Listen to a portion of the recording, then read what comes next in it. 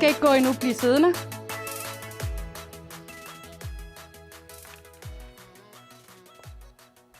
Det her det er Christian, og han har flyttet skole fra København. Ja, København.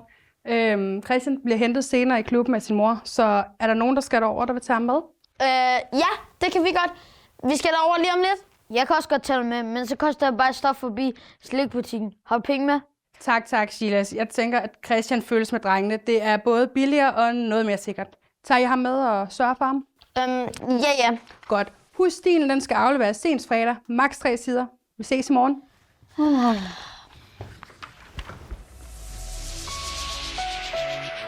Hader skole. Nå, men København. Hvorhen i København? Amager. Jeg er amerikaner. Okay, fedt.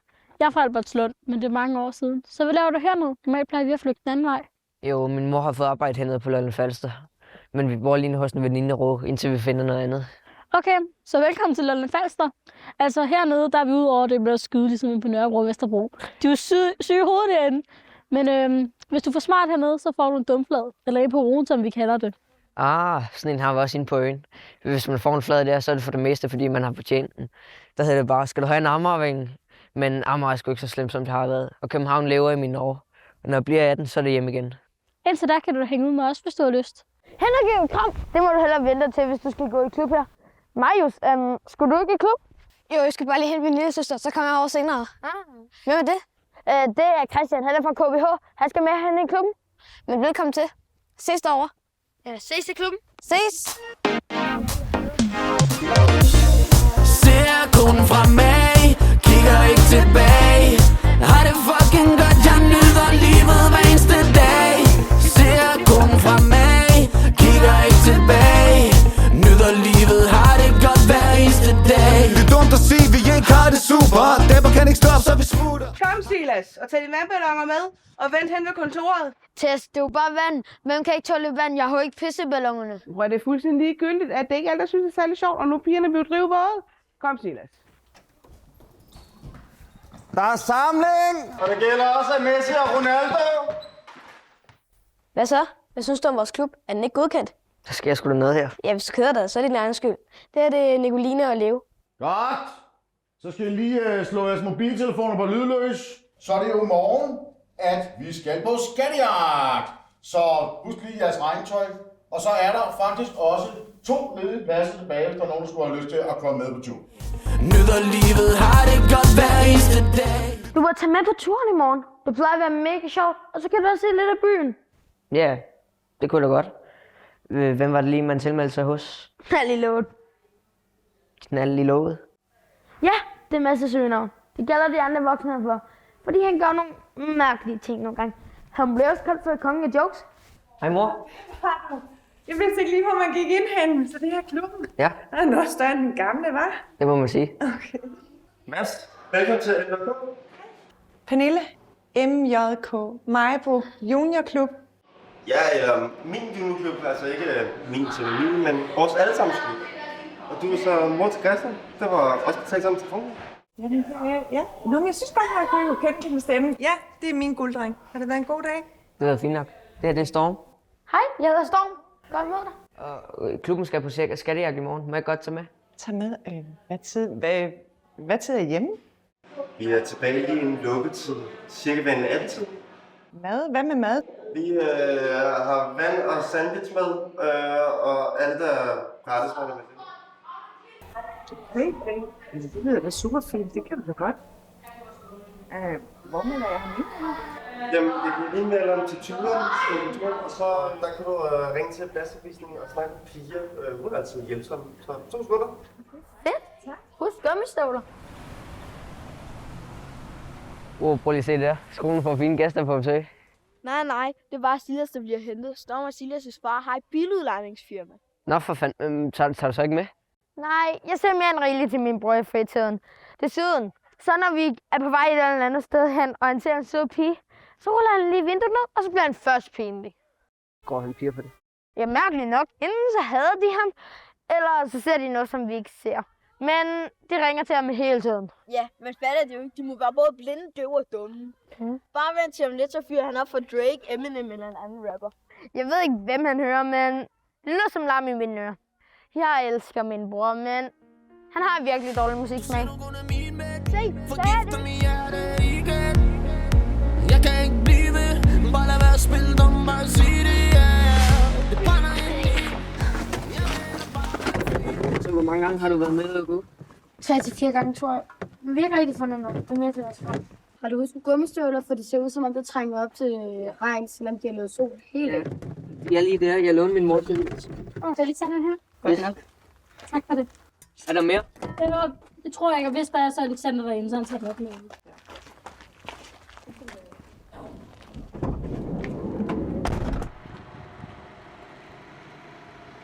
Se, det var på Lukas Stue. Skulle han ikke med?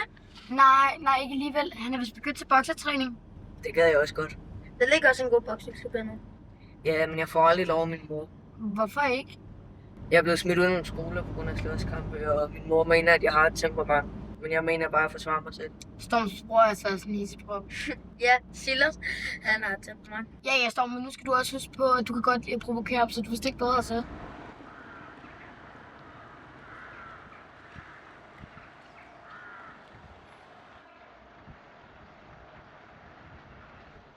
Det ser ud som om vejret blev bedre. Godt alle sammen, hør rigtig godt efter. Der er lige nogle ting, vi skal vide, inden vi stiger ombord. Først og fremmest, arme og ben skal være inden for båden, og man hænger sig heller ikke ud over båden. Og Silas, forstod du, hvad jeg sagde? Ja, så man må ikke fange flyvefisk med hænderne imens. Men hvorfor siger du kun det til mig? Jeg siger til alle, Silas. Godt, der er et toilet ombord. Det kan ikke låses, så hvis man skal det ene eller det andet, så er det bagerst i båden.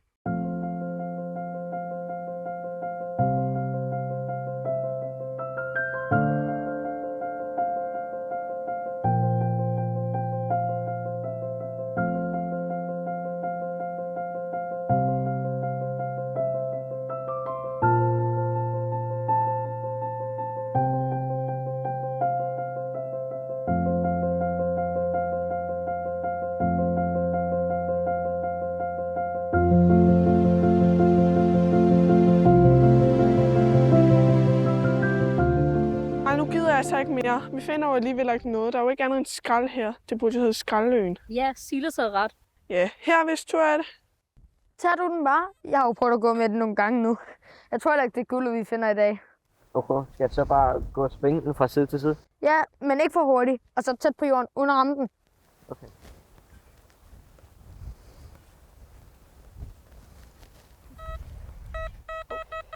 Den siger 96. Hvad betyder det? Er det mere skrald? Det er det sikkert. Jeg gætter på en dåse. Du må hellere grave den op. Det kan være, der er pand på. Værsgo. Ja. Lad os prøve det. Deroppe. Du har fået fat i noget. Shit. Ej, det ligner da ikke skrald. Kan du tage det op med hænderne? Hvad fanden er det? Det ligner et skrin eller noget. Mads! Mads! Kom lige! Det ser gammelt ud. Hvor gammelt tror I det er? Det kan være flere 100 år gammel. Det er i hvert fald ikke noget, jeg har set før. Skal vi åbne det? Ja, vi skal jo lige vente på Mads. Nå, har I fundet noget? Ja. Jeg har sikkert fundet noget. Ja, må vi åbne det? Ja, bare åbne det. Wow. Hold da op. Prøv lige at se en gang. Det her, det er en borgerkrigsmønt fra omkring 1200-tallet. Og det her, det er en vaskeægte sølvmønt. Tror I, skinnet er fyldt med mønter? Nej, hvad er det hvide? Skal vi tage det ud? Nej. Jeg tænker, at det er en skat, og en skat skal være en skat, så vi lader den blive her og pakker den pænt ind. Og så finder vi lige nogle koordinater, som museet kan se, hvor vi har fundet det henne, og så afleverer den til museet. Okay. Jeg prøver at komme og kigge en gang. En skat? Ej, det er det. Men det er noget. Bastian er det ikke.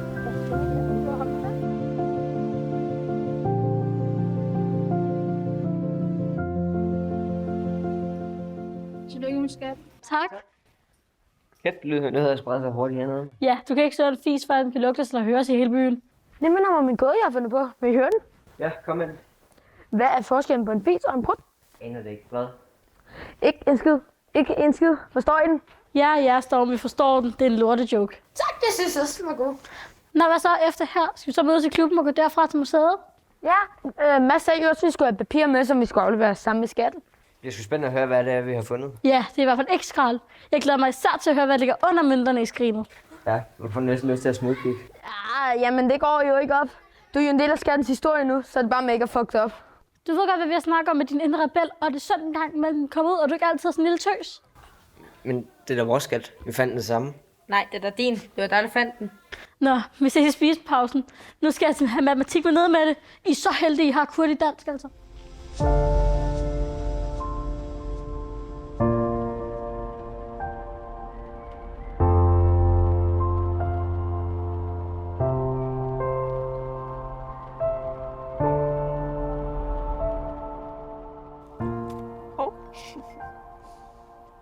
Hej Leo. Hej Leo. Altså, der er en god og en dårlig nyhed. Og hvad er det? Vi er alle registreret som finder af skatten, fordi vi alle sammen er med på turen. Så det betyder, at vi muligvis får alle sammen på at finde den. Og hvad er så den dårlige? Ja, nu hænger vi bare på Silas. Han var fuldstændig sindssyg i går. Altså, som han plejer at være. Han kunne muligt være værre, end da vi var sammen med ham til projektugen. Nej, men det var altså også tortur nok. Ja, men i det mindste får vi måske penge for at være sammen med ham. Der skal satme mange penge til, for at gider være sammen med Silas i min fritid. Se som en fritidsjob, hvor du babysitter. Ligner en, der gider passe små børn. Vi må snakke videre i morgen. Min mor kommer og henter mig nu.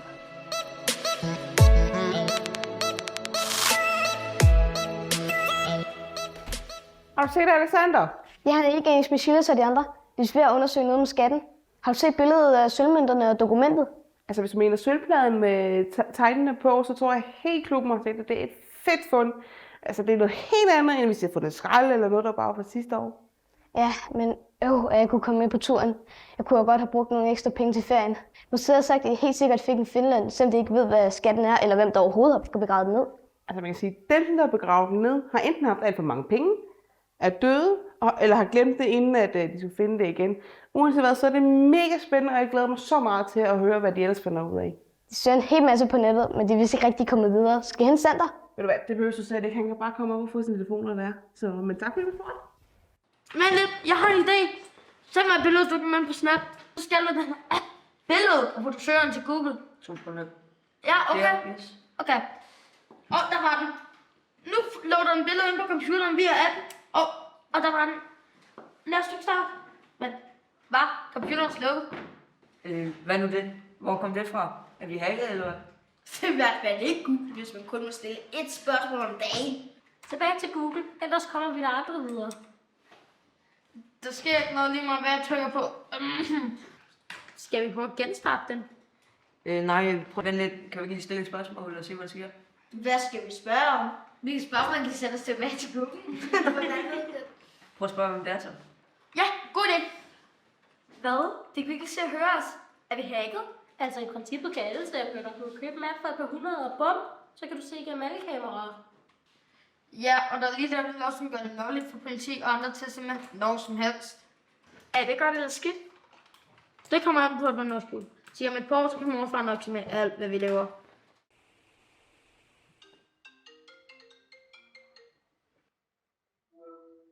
Hey Storm. Hej, jeg har tænkt på noget. Jo mere jeg kigger på sølvdokumentet, eller hvad man nu skal kalde det, jo mere synes jeg, at tallene ligner koordinater, så jeg scanner dem og ved det med. Nej, men lad mig gætte. Koordinaterne passer til Borg i Ruin. Måske. Det er så meget godt til bestemte steder på Lolland Falster og Møn. Der er også et stedkoordinat omkring Majbo, men det er svært at se præcis, hvor det er henne. Nå, vildt nok. Jamen, det må sgu da kigge nærmere på i morgen. I klubben. Ja, jeg ved ikke rigtig, om jeg kommer i klub i morgen. Mange af jer står på en svømmeantaget. Nå, ja. Så kigger vi andre bare på det. Jeg ved i hvert fald, at Nico kommer. Og god tur til eksperimentariet. Jeg ved det mange gange. Det er fedt. Tak, jamen så ses vi. Ja, vi ses. Hvad så? Christian. Hvad så, Krille? Var du ikke i skole i dag? Nej, jeg skulle til tandlægen. Nå, har du fundet ud af noget nyt? Nej, jeg er lige kommet. Hvad er der nogen af jer, der har snakket med Storm? Nå, det er bare fordi han ringede i går. Og de der tal på dokumentet viser sig måske at være koordinater over Lolland Falster og Møn. Hvad med tegnene? Dem nævnte han ikke noget om. Han kunne heller ikke helt præcis se, hvor koordinaterne pegede på. Okay, men det bliver mere og mere mystisk. Lad os se, om vi kan få nogle flere svar af. Ja, har I tænkt over, hvad vi skal spørge om i dag? Gokke havde et godt spørgsmål. Jeg kan bare ikke lige huske, hvad det var. Vi kunne spørge vogteren, kan du fortælle os alt, hvad vi bør vide? Jamen, jeg er fan. Lad os gå med den. Hvad så? Hvad skal vi så gøre det samme, som Storm gjorde? Ja, det vil jeg tro. Lad os prøve. Jeg har også downloadet appen, som Storm brugte. Der står det samme som i går. Et spørgsmål. Hvad var det, du sagde, Gokke? Jeg sagde, spørg alt, hvad vi bør vide. Og der kommer et svar. I er evige. I ved allerede, hvad I bør vide. Men har I glemt forbindelsen til den anden side? Hvad fanden betyder det? Jeg tror, det betyder, at vi ved noget, som vi burde vide, men vi har glemt, hvad det var, vi burde vide, at vi ved. Okay, altså, jeg har hørt kun bla bla bla. Kan du ikke sige det på en anden måde, så vi andre også kan forstå det? Ja, du kan prøve dansk eller tyrkisk. Jeg tror, det Nico prøver at sige er, at uanset hvad, så siger vogteren, at vi allerede ved det. Og det vil sige, at det, som vi bør vide, som vi åbenbart allerede ved, ligger et eller andet sted, hvor vi har adgang til det. Om det er inde i os, i vores hukommelse, eller uden for os. så er der et eller andet, der mangler at blive forbundet og husket. Så I siger, at det er lidt ligesom, at vi ikke er forbundet til internettet, så vi kan ikke komme på Google og få de nødvendige informationer, fordi vi har glemt koden til wifi'en. Ja, sådan kan man vel også sige det. Ja, men hvad er det så, som vi bør vide? Ja, altså vi ved, at skatten er et skrin med mønter og et flag med et rødt hjerte på. Og så ved vi jo, at der var nogle tegn og ting på. Og så ved vi jo, at fundet det der, hvor slottet på Borgø lå. Ja, og et rødt hjerte symboliserer vel kærlighed. Så det må vel være nogen, der synes, at det har været vigtigt at gemme det af en eller anden grund. Jo, men hvorfor spørger vi ikke bare, hvem det er, der har gemt skatten? Se der, vogteren skriver noget. Hvad står der? I uddyber svaret til jeres spørgsmål. Kærlighedskrigerne. En orden, bestående af kvinder og mænd, som ikke har en religiøs overbevisning, men som tror på, at kærligheden er vejen til større forståelse og vejen til paradis. Kærlighedskrigerne lever blandt andet efter følgende princip. I ordet kærlighed er andre ord lige så vigtige. Ord som ærlighed og lighed, eller som kær, er, lig, hed og ed. Ord, der sammen eller hver for sig viser dig vej til dit inderste jeg og livets sande lykkevej. Kærlighedskrigerne har begravet den skat, som jeg har fundet. Ifølge et gammelt sagn skal skatten først findes i de sidste tider og berige dem, der finder den, og dem skatten deles med. Sagnet lyder: i den sidste time, på den yderste dag, graves skatten frem, og X vender tilbage. X er et af kærlighedskrigernes mange symboler. X'et stammer oprindeligt fra 2 modsatrettede k'er, som står for kærlighedskrigerne, men som senere ændres til et X. Der hvor kærlighedskrigerne har opholdt sig, er der ofte efterladt et af de 2 symboler. Det er alt, hvad I bør vide for nu. Jeg har ikke flere spørgsmål i dag. Okay, så blev det lige pludselig lidt virkeligt, var? Ja, hvis vi ikke har fundet skatten, skulle man tro, det var skjult kamera eller en prank. Der er i hvert fald nogen, der holder øje med os. Fuck, man. Det er jo kun sådan, når man ser i film. Jeg ringer til Storm senere. Jeg kan slet ikke forestille mig, hvordan han vil reagere.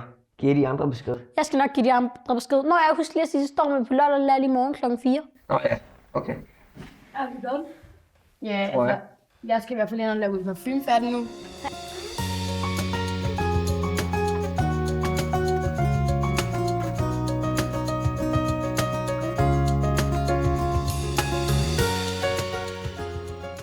Og så skal vi selvfølgelig teste dem her. De skulle være sindssygt hammerende stærke. Green Reaper, Carolina Reaper. Det er nogle af de stærkeste chips, man overhovedet kan få i hele verden. Og det er jo bare springe ud. En chip til at dø på, som man siger. Og så kan vi jo forlade den her jord og tage over den anden side sammen. Altså, jeg tænkte på, måske det ikke er en god idé, at vi fortæller alt, hvad vi ved om kærlighedsskærne. Måske er det bedst, at vi bare fortæller, at skatten er fundet, og vi nu løfter kærlighedsskærne. Hvis det findes. Jeg tænker, hvis kærlighedsskærne virkelig godt vil findes, tror ikke så, de vil have efterladt et tydeligt tegn, alle vil kunne gennemskue. Jeg synes ikke, vi skal fortælle dem om ikke sådan kortene. Nej, måske er du ret. Det er også bedre, at folk kommer til os med noget, end at vi giver for meget information. Desuden ved vi jo heller ikke så meget endnu. Skal vi ikke bare sige, at vi har fundet en skat med nogle sølvmønter, og skatten måske er begravet nogen, der kalder sig kærlighedsgrene, og vi leder efter nogen, som kan fortælles mere om det. Jo, og vi kan altid fortælle noget mere, hvis det bliver nødvendigt. Godt. Er det så det, vi gør? Altså, jeg synes kun, vi skal vise det der ene billede. Det der med mændene og skrinet. Og så lidt være med at vise resten. Vi bliver i hvert fald nødt til at vise mønterne, ellers er der sgu da ikke nogen tro på, at vi har fundet en skat. Desuden kan mønterne måske være en hjælp. Det kan være, der er nogen, der har set nogle lignende mønter et andet sted hen. Hvem ved? Det er sgu ikke dumt. Godt tænkt. Men vi har jo givet dem flere billeder, som de kan vise. Og den får vi så lige stoppet, at de viser flaget og de kryptiske tegn. Jeg tænker ikke, I siger ikke så meget. Så jeg tænker med hjem til. Godt. Det var slikspænding for denne gang. Christian, Nicoline og Storm, velkommen til. Mange tak. Og wow, I har simpelthen fundet en skat. Hvor vildt er det lige? Det er jo enhver drengs drøm, der er gået i opfyldelse der. Ja, og pigestrøm. Piger kan også godt lide sølv og guld. Det kan de, ja. Men I var jo ikke det eneste, der fandt skatten. Der var jo andre med. Kan I ikke lige fortælle lidt om, hvem der fandt skatten, hvor I fandt den, og præcis hvad I har fundet? Jo, altså det var Christian, der fandt skatten med metaldetektoren. Men fordi vi gik sammen med ham, så vi åbenbart også finder skatten. Ja, Leo Lykke og Alexander Gøk, han var også med. Ja, og Silas. Du glemte Silas. Nej, ham glemte jeg ikke, men jeg ville ønske, at jeg kunne glemme ham. Og desuden kom man først hen til os, da vi havde gravet skatten op. Men ja, Silas var også til stede. Okay, og hvor fandt I så præcis skatten henne? På Borgø, en ø i Majbosøen. Og der har vist ligget et slot derude. Jeg kan ikke lige huske, hvad det hedder, men det var vist fra 1100-tallet. Det hed Rafaelborn, og det blev ødelagt ved angreb i 1250. Nå ja, det var rigtigt. Og det var tæt på, hvor slottet havde ligget, at detektoren begyndte at hyle. Og ja, så gravede jeg det op. Og det lå rimelig dybt, sådan cirka, det ved jeg ikke, 40-50 cm under jorden. Og til at starte med, så kunne vi ikke rigtig se, hvad det var, fordi det var dækket af jord. Mm-hmm. Men da jeg fik fjernet noget af jorden, så kunne jeg godt se, at det var et skrin. Ja, og hvad så? Så åbnede I så skrinet der? Ja, detektorføreren skulle lige godkende det først. Og ja, så åbnede jeg det, og det lå, der lå så sølvmønter af forskellige slags oven på noget stof. Og nogle af mønterne, de var helt tilbage fra 1200 til 1500-tallet. Wow. Og hvad tænker man så, når man kigger ned på sådan en fund? Ærligt, så tænkte jeg, holy shit. Og så noget med, det her, det er sgu en rigtig skat. Fantastisk. Og hvad tænkte I andre? Altså, de fleste var helt oppe at køre over sølvmønterne. Jeg var mere spændt på at se stoffet. Ja, også mig. Og stoffet, hvad var det så? Jamen, det er lige det. Vi ved det ikke helt. Museet arbejder stadig på at finde ud af, hvad det var. Vi måtte ikke rigtig tage det op af. Men de har sendt os nogle billeder af det, men jeg tror ikke, det er en god idé, at vi viser det, før vi har fået lov af museet. Ja, og vi skal også lige vise et billede af jeres flotte fund. Wow, og der er skrinet af sølvmønterne. Jeg har hørt om guldfeber, men det der, det må bestemt også give sølvfeber. Ja, Silas, han røg i hvert fald rundt og skreg, vi er rige. Jeg er rig, efter han har fået at vide, at måske vil få en findeløn. Ja, og der kan jo sagtens være en findeløn, lidt ekstra penge til opsparingskontoen. Men I er jo også, fordi I gerne vil have noget hjælp til at finde ud af, hvem der har begravet skatten. Er det ikke rigtigt? Jo, det hedder så, at det hvide flag der med hjertet blev brugt af kærlighedskrigerne, og vi vil gerne høre, om der er nogen, som ved noget mere om det. Kærlighedskrigerne? Ja, det var en hemmelig orden af mænd og kvinder, som levede her på Lolland Falster, og som hjalp andre ud fra et kærlighedsprincip. Kærlighed, ærlighed og lighed, eller sådan noget. Og vi ved ikke rigtig så meget mere om dem endnu, men vi håber, at der er nogen, som ser med, som måske har hørt om dem før, eller som kender nogen, som ved noget, eller bare har nogle gode råd til, hvordan vi kan komme videre. Ja, og jeg er sikker på, at hvis der sidder nogen derude, der ved noget omkring det her, så skal de nok være med til at hjælpe videre på vej.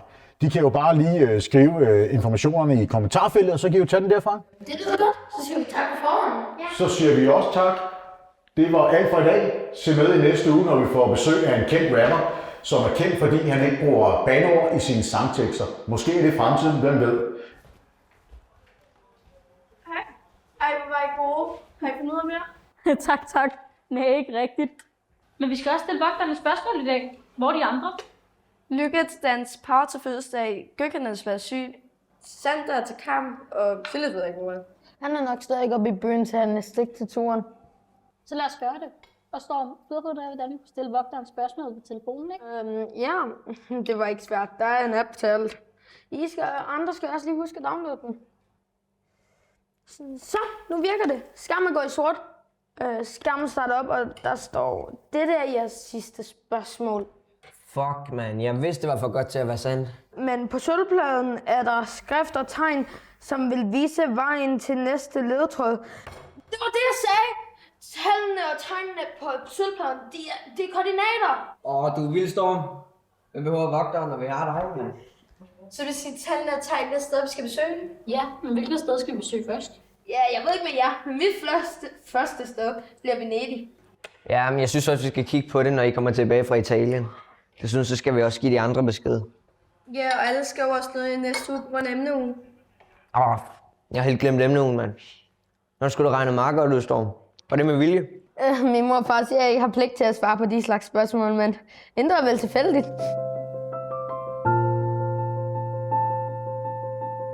Kig herop og hør efter. Inden vi går i gang, så skal vi lige byde ordentligt velkommen til Niels Åge Hansen, chefkok, som er kommet for at lære jer at lave gummimad. Det vil sige lidt finere mad. Men skal vi ikke give ham et takklap, og så lade Niels Åge tage den herfra? Velkommen. Tak skal I have. Vi har jo ikke så lang tid til det her, så skal vi ikke bare gå i gang? Er det rigtigt, du har lavet mad med Gordon Ramsay? Ja, det er rigtigt, at jeg har lavet mad sammen med Gordon Ramsay, og i dag er jeg kommet for at lave mad sammen med dig og alle dine venner. Skal vi gå i gang? Vi har noget værktøj, vi skal have delt ud, så vi kan komme i gang med at lave maden.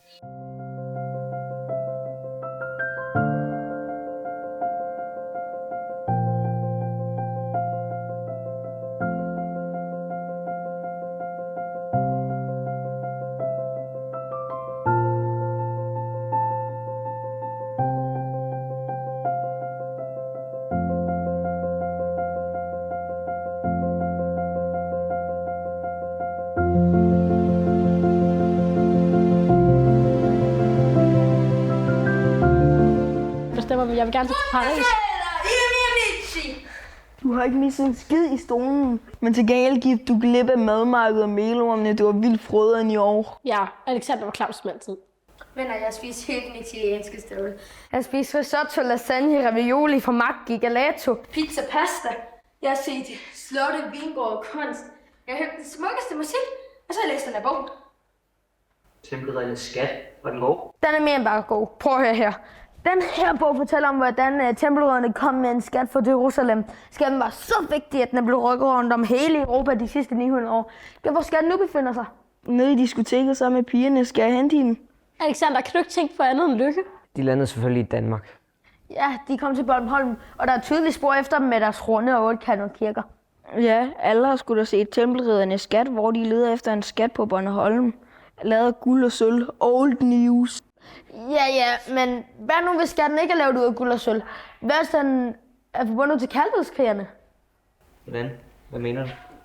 Ham, der har lavet den her bog, har også inspireret til filmen Tempelriddernes skat, bor på Bornholm, og Tessa har talt med ham. Jeg spurgte, om hun ikke lige kunne opsøge ham og spørge ham, om han har hørt om kaldhedskrigerne.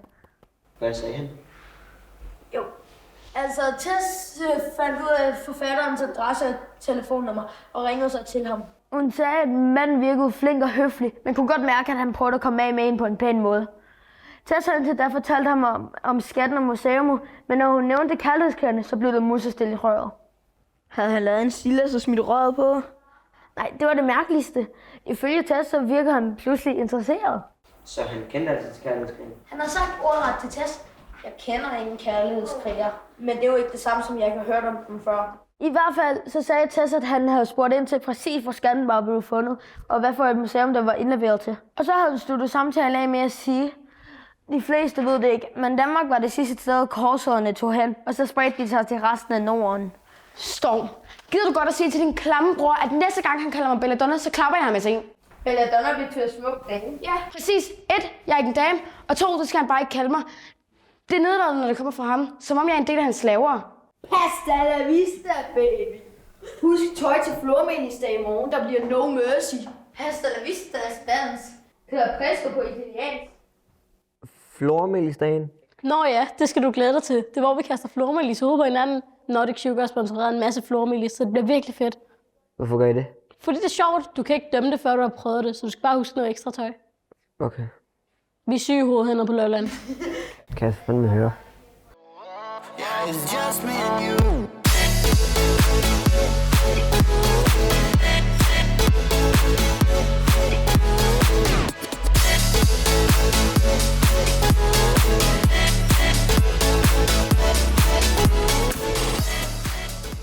Så blev du også inde i klubben? Ja, det må du sgu nok sige. Altså, det skulle også svært at få alt det her lort af. Det var fandme som glasur. Har du set, der er en, der har skrevet i kommentarfeltet på den gule bygning ved siden af rådhuset, der er et X på? Altså, på vej til pølsevognen? Ja, cirka midt på. Nå, men lad os tjekke, når vi er færdige så. Ja. Se, de har sgu da ret. Der er X'er på bygningen. Jamen, det er jo Bøderødsalen. Har det altid været det? Nej, før var Bøderødsalen over der på torvet, men vi må kunne finde ud af, hvad der var der før. Jeg undersøger det, når jeg kommer hjem. Kan vi ikke tage et billede af det? Jo. Sgu da. Og der er sgu da også 7. Det er du sgu da ret i. Hvorfor er der 7? Det er mærkeligt, jeg ikke har set det, når jeg har gået så mange gange. Tror I, der er noget på den anden side? Vi kan tjekke. Hallo. Har I pause? Nej, vi er ved at finde ud af, hvad vi skal fremlægge om. Hvad er emnet? Tragiske hændelser i det sidste århundrede. I kan da bare skrive om den dag, Silas blev født. Det var også min fødselsdag. Ja, jeg tror da også, vi har sporet os ind på 2. verdenskrig. Ja, jamen det er så ligegyldigt altså. Hvad skal vi bruge det til? Nå, Storm, fik du undersøgt det der med byrådssalen? Ja, bygningen hedder Det Gule Pakhus og er fra 1852. Det var en gammel læringsbygning til en købmandsbutik. Mere havde jeg ikke fundet frem til. Men, fun fact, jernbanen fra Bandholm gik engang hele vejen hen til Pakhuset. Så der har været masser af liv. Okay. Må de 7 ekstra på bygningen betyder, at der har været 7 kærlighedskriger på et tidspunkt? Ja, altså, det vil give god mening, men hvor er de så nu? Jeg tror, de er døde. Hvis de var her i 1852, så er de nok døde nu, Pau. Ja, Storm. Den flade, jeg skulle sige, der kan hurtigt blive overført til dit ansigt. Ja, men nu ved vi, de muligvis har holdt til der. Skal vi så i gang med at undersøge det med koordinaterne? Ja, lad os det. Hvor starter vi så? Skal vi ikke bare starte med det første? Jo, og hvor er det? Ved Nordfalster, det er tæt på Korselitze, ligner det. Korselitze? Er det ved Korselitze gods? Ja, nok deromkring. Så I kender stedet? Ja, altså godset. Jeg har kommet der meget. De har en virkelig flot park, men Korselitze er et stort område. Vidste I jo, at de byer, der ender på Itze, det er nogle af de ældste i Danmark? Ej, hvor vildt. Min kusine bor i Krammitze. Lige ved sådan der Western Camp. Ja, hvordan kommer vi så til Korselitze? Med bus 737 fra Nykøbing. Har tjekket det. Ja, okay. Så får jeg fat i de andre og hører, hvem der kan hvornår. Det lyder godt. Vi skal også tilbage til fysik. Der skal laves højbomber i dag. Vi skal se, om vi kan få brandalarm til at hyle ligesom sidste år. Ja, please Storm. Ja tak. Så slipper jeg for idræt. Jeg løber for Gud der resten af ugen. Du ved, jeg elsker for Gud og kun min katte. Og hvis du er heldig, så kalder jeg den næste røde kat med Down-syndrom for Storm. Storm P. Hvad står P'et for? Pussy selvfølgelig. Storm Pussy. Pussycat. Vi ses. Hils Mette. Vi ses. Nå. Hvordan kan vi bare køre forbi det uden at opdage det? Jeg forstår det ikke. Jamen det er sådan noget, der sker, når man overlægger til amatør. Så kunne man jo have sagt det sig selv. Hvor mange kilometer er jo forkert på det? Jeg ved det ikke koordinater, for jeg går til rundt på skærmen hele tiden. Men vi burde da være tæt på. Det sagde du også for en halv time siden. Er det et toilet derovre? Jeg skal se på toilet. Det er sådan noget. Det er også bænk derovre. Lad os gå over til os et øjeblik. Jeg skal med på en pause. Nico, gider du ikke lige gå med mig? Du ved, jeg havde nogle steder. Jo.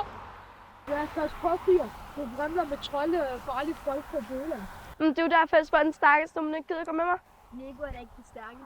Skal vi lade det komme an på en prøve? Jeg slås ikke med piger. Ej, det kan jeg godt forstå. Det bliver så pinligt at tabe på dine homies. Og hvad vil de ikke sige i karateklubben? Kom, Leo.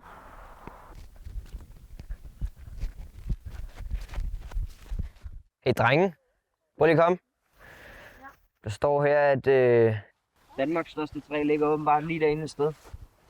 Og der står her, at egetræet er ca. 600 år gammelt. 25 meter højt. Bare en diameter på 3 meter. Og det svarer til ca. 100 kubikmeter. Vi bruger cirka 5 kubikmeter brænde om året hjemme hos os. 100 kubikmeter, det er cirka 20 års brænde. Det må vi næsten se.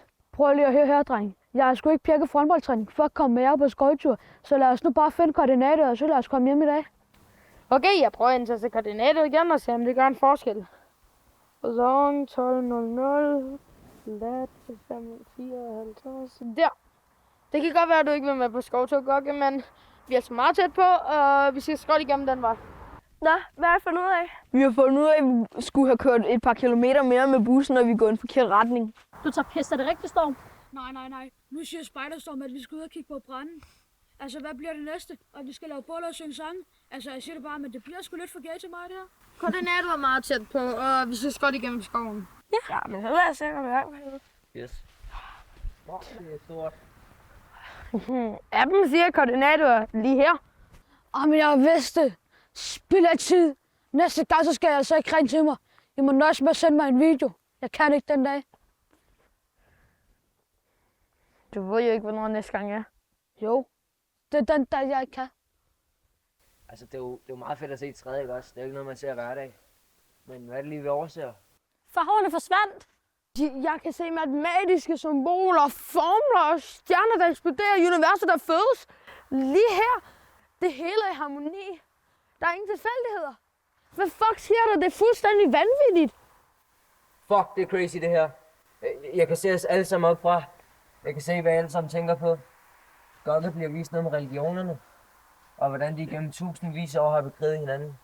Selvom de alle sammen i bund og grund siger det samme på forskellige måder. Alexander kommunikerer med nogle kraver, der flyver op over træerne. De forstår hinanden.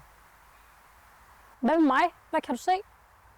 Du er omgivet af et hvidt lys, der bliver større og større. Næsten som om du trækker alt lys til dig. Men er det sjæle omkring dig? Det ligner engle.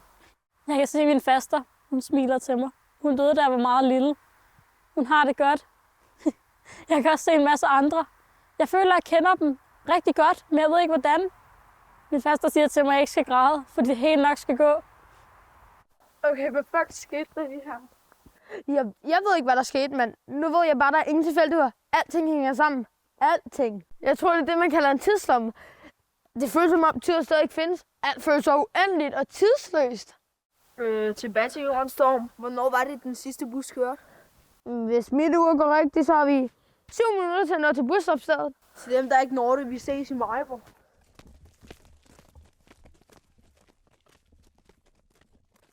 Amen, det var så fucking sindssygt, det der skete i år.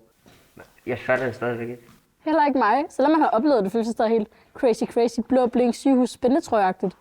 Og det gad jeg godt have oplevet. Gøk, han virkede også helt anderledes i skolen i dag. Han virkede, som om han var på lykkepiller. Jamen, i det mindste har vi fundet ud af, at der er liv efter døden. Jeg sagde det ikke til jer i går, men da jeg så jer alle sammen op fra, så havde jeg alle sammen sådan en boble af lys omkring jer. Og nogle bobler var større end andres. Det hedder et aurafelt. Ja, okay. Men i nat der drømte jeg, at jeg kunne se mit eget felt blive større. Fyldt op med lys og at det udvidede sig. Det var som om, at der strømmede informationer af lys og kærlighed ind i mig. Men det var ikke kun mig. Det var alle, eller mange. Jeg følte, at mine sanser og fornemmelser, eller intuition, eller hvad man kalder det, også blev forstærket. Du kunne se, hvad folk tænkte og følte, og hvordan det hele bare passede sammen. Det giver også god mening, at jo større ens aurafelt er, jo større er intuitionen, og jo tættere er man på jorden. Så også jorden ud fra rummet. Den strålede i alle regnbuens farver. Altså, det var så fucking flot. Det var som om, at vores lys var forbundet med jordens, og det vores blev større, så blev jordens også mere kraftfuldt. Oh my god, det må have været mega smukt. Det minder om nordlys, jeg så som Emilia og Clara for et halvt års tid siden. Det var mega smukt, som en anden verden. Når jeg apropos det med min faster, jeg fortalte min far om det, og han var virkelig skeptisk i starten. Men jo mere jeg fortalte, jo mere begyndte han at tro på det. Og da jeg gik i seng, så jeg, og først skulle jeg sige godnat til ham, så jeg så kigge billeder af hende. Nå, det har I har let efter. Hvad så, Storm? Nogle gange overrasker jeg sgu mig selv. Hvad nu? I morges uploadede jeg billeder af egetræet op til nettet, så popper der jo en masse setup med info. Men også billeder. Se lige det her billede. Ej, hvad med det? Henter det ikke, men ser lidt spøjsk ud, synes jeg. Det ligner lidt sådan en rollespiller. Ja, det ligner en af de der rollespillere. Er den kniv, han stikker i jorden? Altså, hvis man zoomer ind, kan man se det bedre. Det ligner lidt en dolk, men ikke noget, jeg har set før. Men hvad? Er det krystaller, der er på den? Det ser da lidt for fancy ud til at være et rollespilsvåben. Ja, det var også det. Det fik mig til at tænke, at det kan være noget særligt, men lidt pudsigt, synes jeg. Jo, og det er lidt pudsigt, at du fandt det. Ja, det hele det er sgu lidt. Ja, jeg ved det ikke, men vi må vel hellere snart få tjekket det næste koordinat. Man kan næsten ikke klare mere lige nu. Mand. Ja. Så det du siger er, at de 2 næste koordinater er utydelige, fordi billeder af metalbladene er taget med blitz, og derfor er de 2 sidste tal ulæselige. Ja, men koordinatet er på møn. Bare umuligt at sige, hvor præcist. Kan vi ikke bare få museet til at sende et nyt billede? Jeg har skrevet til dem, men de havde kun det ene billede af metalpladen. Og screenet med indholdet er blevet sendt til Nationalmuseet. Jamen, så må vi jo tage til Møn og bruge vores intuition til at finde det. Lad os tage dig over i sommerferien, bare ikke den første uge. Der skal jeg til fodboldskole. Okay, jeg er frisk. Skal jeg så høre min onkel, vi var på hans campingplads? Ej, er dit onkel en campingplads? Nej, han arbejder der, men jeg kommer der siden jeg var helt lille. Det er et virkelig specielt sted, tæt på klinten. Det lyder som en fremragende idé. Lad os høre, hvornår de andre kan. Altså, jeg går lige at danse. Fuck, du skal gå igen ind for os, så kan score.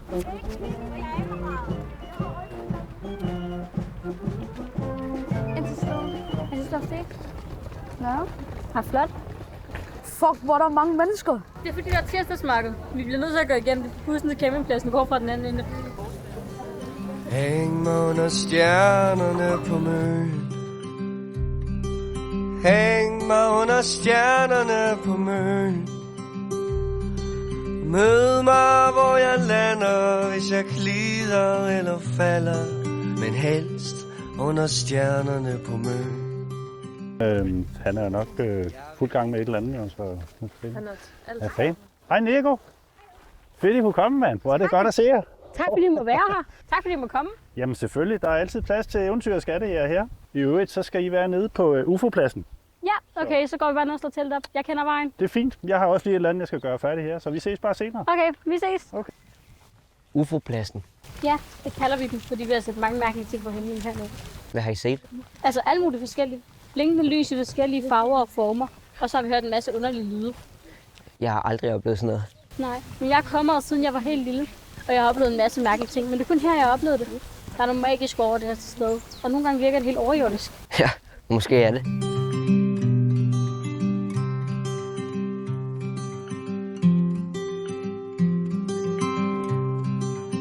Her gad jeg godt at kælke, hvis der kommer sne i år. Jydelag er en gammel gletsjer. Er det ikke rigtigt, onkel? Jo, det er rigtigt. For tusindvis af år siden, der lå der en kæmpe gletsjer her, som faktisk har presset hele Møn ned. Nu er den så kommet op igen, og det er derfor, at der er sådan en klint herude nu. Men det er rigtigt nok, at der var masser af is førhen, og i oldtiden, der har man jo sikkert fået sig en rigtig god kælketur eller to. Går stien helt ned til vandet? Ja, hvis lige et stykke vej igennem skoven, så kommer vi til nogle stejle trapper, som går helt ned til enden af floden. Måske er vi heldige at finde nogle fossiler. Hvilke fossiler kan man finde? Altså, vi har fundet alt muligt. Forstenet søpindsvin, insekter, hajtænder. Min farmor fandt engang en piledøj glad af flintesten. Der kommer helt tiden nye ting, da det siger, at del af klinten, der styrter i vandet. Jeg kan se et lys i det uendelige. Wow, der er langt nede, mand. Ja, pas lige på kanten, ikke? Og ikke noget pjatteri, før vi er nede ved stranden. Kom nu, Pia, der kun være en vinder. Lige meget, hvor mange gange du kommer først, bliver du aldrig en vinder. Lys i det uendelige.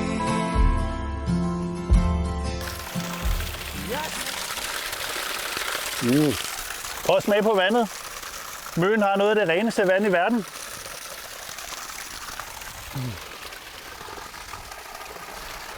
Du har ret. Det smager virkelig dejligt. Ja, det er noget bedre end det kvinden. Og nej, Alexander, lad være med at sige noget så plat som, det smager vanvittigt godt. Det skulle jeg da heller ikke til at sige. Jeg ville have sagt den der H2O-god. Hold kæft, hvor I umorsomme. Umorsom er sgu da ikke et ord. Det er det nu. Hvilken vej skal vi?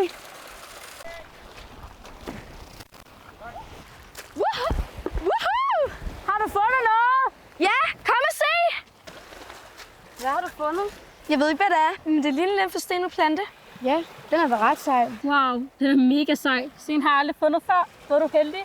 Tak, jeg er også glad for den.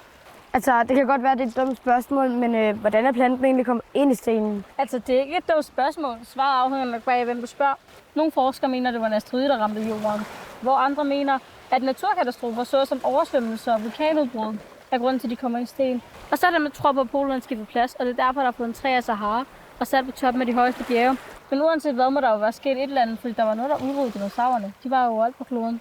Jeg tænker bare, hvis en plante røg i vandet, vil den rådne op eller gå i opløsning til noget tid. Så hvis den er bevaret en sten, må der være sket noget pludseligt. Måske det lava, der har indkastet den. Ja, det var også mit gæt. Der må have været nogle voldsomme kræfter på spil.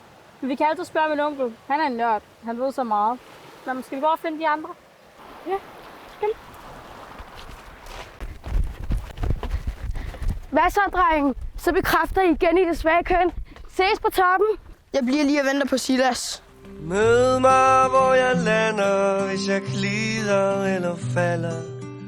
Jamen, hvis I er interesseret i fossiler og Møns Klints historie, så burde I tage ned på Geocentret. Det er noget af en oplevelse. God idé. Altså, vi tager ned i morgen, hvis I har lyst. Møn er min.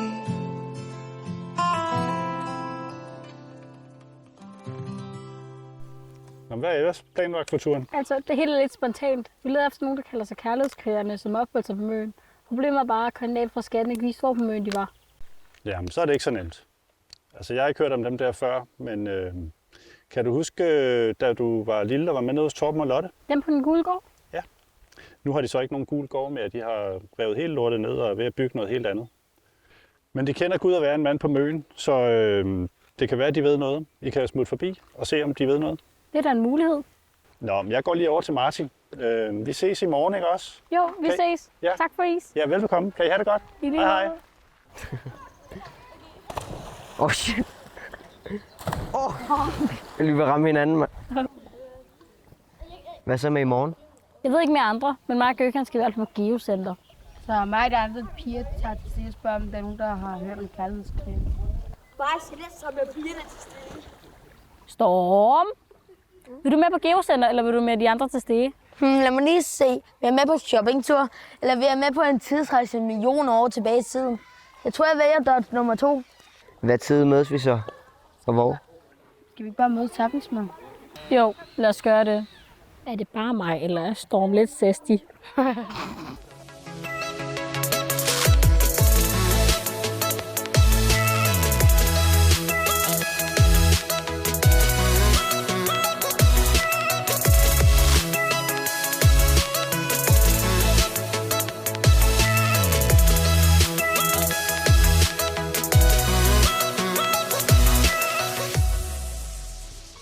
Wow, jeg gad godt at være geolog. Så jeg alle de vilde fossiler og knogler. Ja, jeg er glad for, at jeg ikke blev tvangsindlagt til en shoppingtur med pigerne.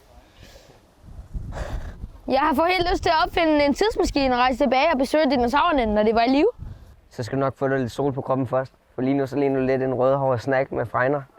Og hvis jeg havde været en T-Rex med et supersyn og en sød tand, så havde du været mit foretrukne tyggegummi. Jamen hvad med Nico? Hun er sgu da også rødhåret. Ja, men hvis I nu rejser sammen, så er der ikke kun én, men 2 ginger snacks på menuen. Stop jer selv. For det første er jeg ikke rødhåret mere.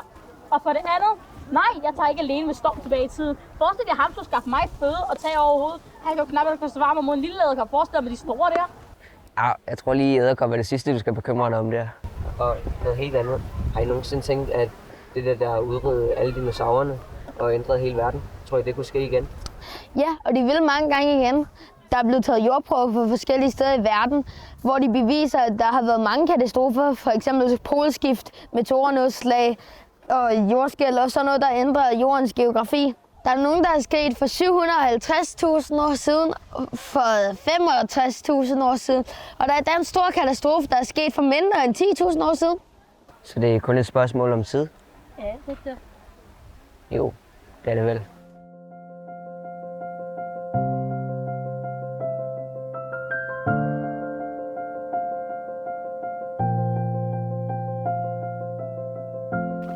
Ej, hvor er flot med alle blomsterne. Ja, ikke? Jeg har altid elsket så meget natur, der er her.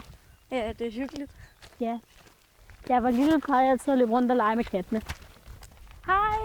Hej. Hej Nicoline. Hej Torben. Hej, velkommen. Tak.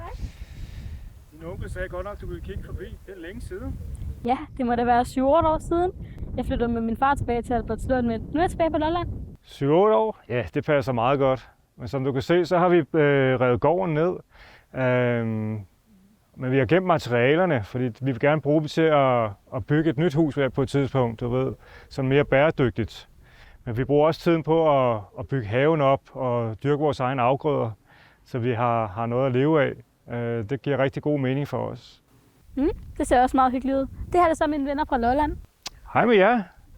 Velkommen til. Din onkel sagde, at I leder efter noget her på Møn. Hvad er det, I leder efter?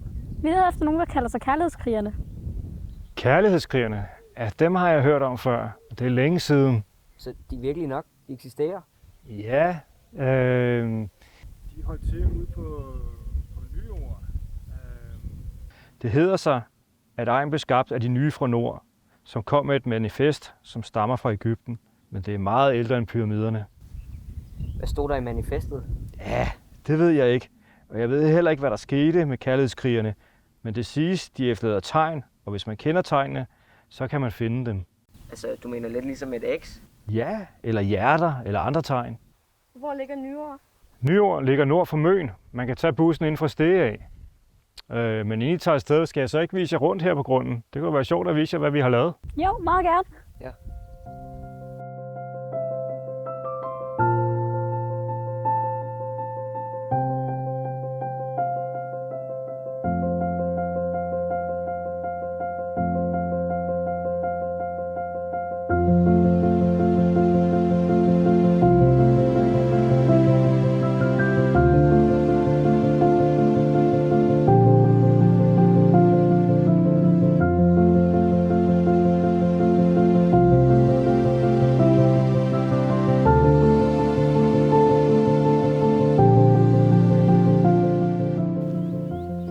nok, at de ikke tillader biler inde i byen.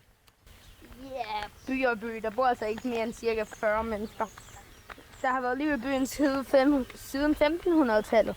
Og i 1800-tallet, der var der cirka 400 mennesker. Og hvad Storm, du skulle omvandrende leksikon. Hvad fanden er et leksikon? Det er sådan noget, gamle mennesker bruger. For at få viden. Du ved, lidt ligesom Google. Jeg bruger ikke Google. Jeg bruger DuckDuckGo. Rap. Det hedder det rap, ikke rap. Hvis du ikke duck, det betyder and på engelsk. Kender du ikke rip, rap og rup? Du er ikke sjov, Silas. Hvad siger Alex? And, rap. Jeg synes, vi skal dele os op. Så hvis der er nogen, der går den der vej, ikke? Så kan resten gå den der vej mod kirken, og hvad ellers der er den anden vej. Hvor mødes vi henne? Kan vi ikke mødes foran kirken? Jeg skal i hvert fald dag. Jeg elsker kirker. Jo, lad os møde ud for kirken. Jeg skal fandme ikke i kirke. Jeg har aldrig været i kirke frivilligt, og det bliver sgu heller ikke i dag. Silas, du er da døbt i kirken. Ja, men det var sgu også en nærdødsoplevelse. Det var som om præsten, han var ved at drukne mig i døbefonden. Jeg tror, jeg slog børnerekorden i fridykning. Du kunne ellers godt trænge til noget synsforladelse. Jeg holder gerne til 100 venner. Skal vi se, om du kan slå endnu en rekord? Jo, vi går også den her vej. Kom. Ses. Skal vi starte og slutte kirken?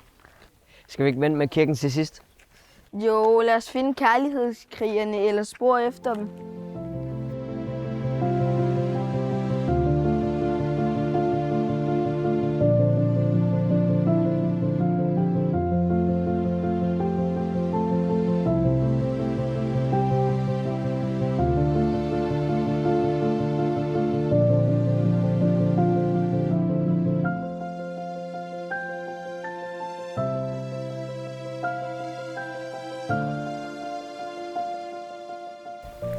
Så er der kun kirken tilbage. Jeg glæder mig til at se, hvordan det ser ud indvendigt. Den er så smuk.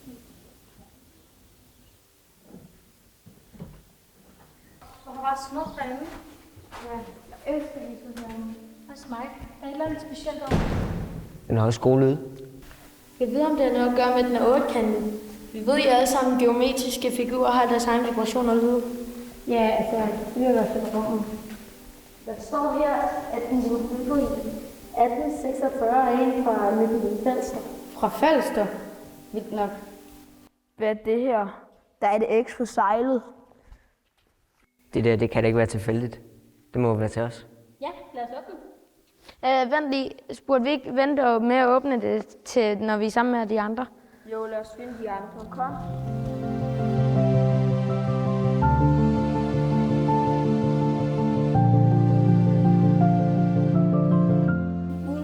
Uden rød der. Det skulle jeg sgu. Send det bare ned. Send det ned. Ja, rolig, Storm.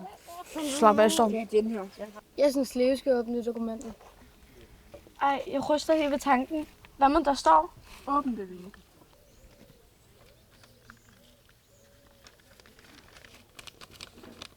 Hvad står der?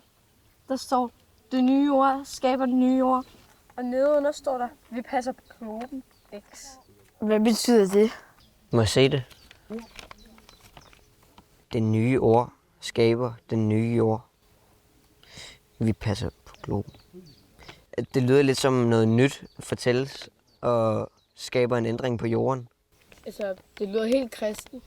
Det kunne også minde om islam. Ja, men vi ved det ikke er religiøst, for kærlighedsgrenene tror på, at kærligheden kommer før alt andet. Men hvad er så det nye, der fortælles, som vi ikke ved, men hvis vi vidste, vil forandre hele vores verden? Og hvad betyder, at vi passer på globen? Og hvorfor siger de globen? Hvorfor siger de jorden, kloden eller verden? Hvorfor skriver de lige globen? Ja, det efterlader sgu mange spørgsmål. Det er sindssygt spændende. Men nu ved vi med sikkerhed, at de har eksisteret, og de fortsat eksisterer. Ja, de holder øje med os. Jeg skal have tog. Jeg skal faktisk. Nej, jeg skal. Jeg ved ikke om kringle det.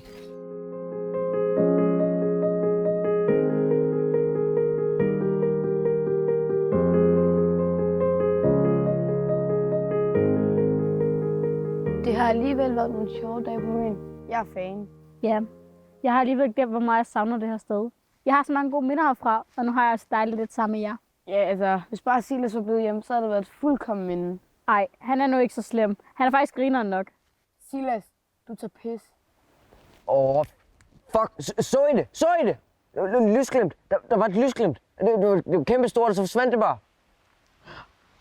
Og se alle de der lys. Hvad er det? UFO'er. Uidentificerede flyvende objekter. Det er derfor, vi kalder det for UFO-pladsen. Se lysene. Jeg ser dem. Wow. Vidste I, at i 60'erne, der sendte vi en besked op i rummet, og nu er der folk, der siger, at vi har fået svar. Ej, hvor er det sindssygt, at du siger det der.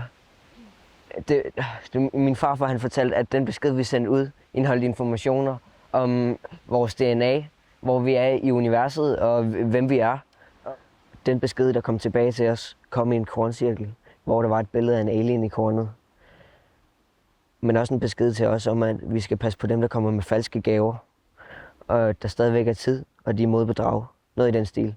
Hvad betyder det? Aner det ikke, men det lyder vigtigt. Endnu et mysterie. Burde vi vække de andre? Nej, det tror jeg ikke, vi skal. Vi skal tidligere op i morgen. Altså, jeg tror også, jeg smutter i seng nu. Prøv at lade være med at vække hele campingpladsen, når jeg går i seng. Så godt. Da jeg så min farfar for sidste gang på hospitalet, så sagde han, hjælpen kommer oppefra. Kig op. Jeg vidste ikke, hvad han mente. Måske mente han det, du siger.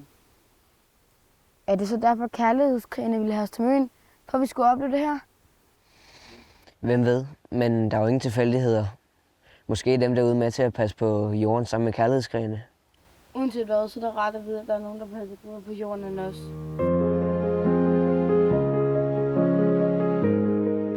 Måske skulle bare have været gået med Pauline tilbage til de andre. Altså, ved du overhovedet, hvor vi er henne?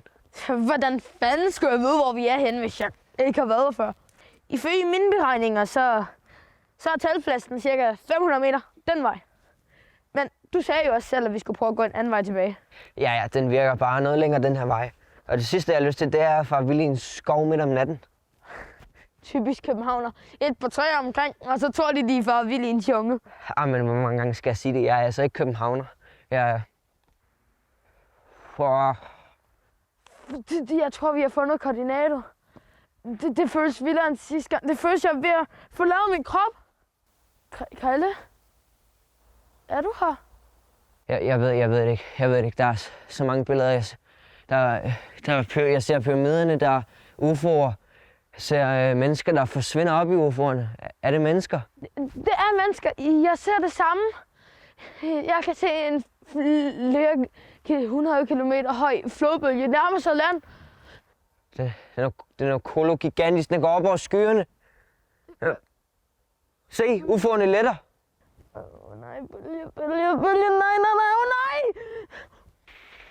Jamen, der er stadigvæk mennesker tilbage. Hvorfor reddes de ikke? Og byerne? Nej. Det skyller alt væk på sin vej. Selv bjergene forsvinder. Alt forsvinder. Jorden forsvinder, Christian. Så du det? Jeg så det. Det er forfærdeligt for alle dyrene og mennesker. De er jo væk. Alt er væk. Se, nu skifter billedet. Fuck, solen den blinder mine øjne. Fuck, den er skarp. Se, Storm. Der vokser en ny jord op af havet. Det er en ny jordstorm. Ser du det? Se, UFO'erne, de kommer tilbage. De har reddet menneskene. De har reddet menneskene fra bølgen. Ja, men de reddede ikke alle. Hvorfor blev alle ikke reddet? Hvad fanden? Storm, jeg ved ikke, om jeg kan holde til meget mere. Hvorfor ser vi det her? Er jorden ved at blive oversvømmet af en kæmpe bølge? Er det grunden til, at vi kan se UFO'erne? Prøv lige at fortælle os, at der er en kæmpe bølge, en kæmpe katastrofe på vej. Hvorfor skulle vi ellers se det? Nej, Storm, du må ikke sige, hvad med min mor? Og hvad med mit liv? Os alle sammen? Det kan ikke passe. Det kan det ikke. Jeg ved det ikke. Jeg ved ikke noget. Hvorfor skulle det også lige være os, der fandt skatten? Altså, jeg havde jo et godt liv, inden vi fandt skatten, men... Måske satte jeg ikke altid pris på det, men jeg har også været et barn. Jeg tror ikke, jeg kan være skattejæger længere. Mine nerver holder ikke til det. Jeg vil hjem. Kom.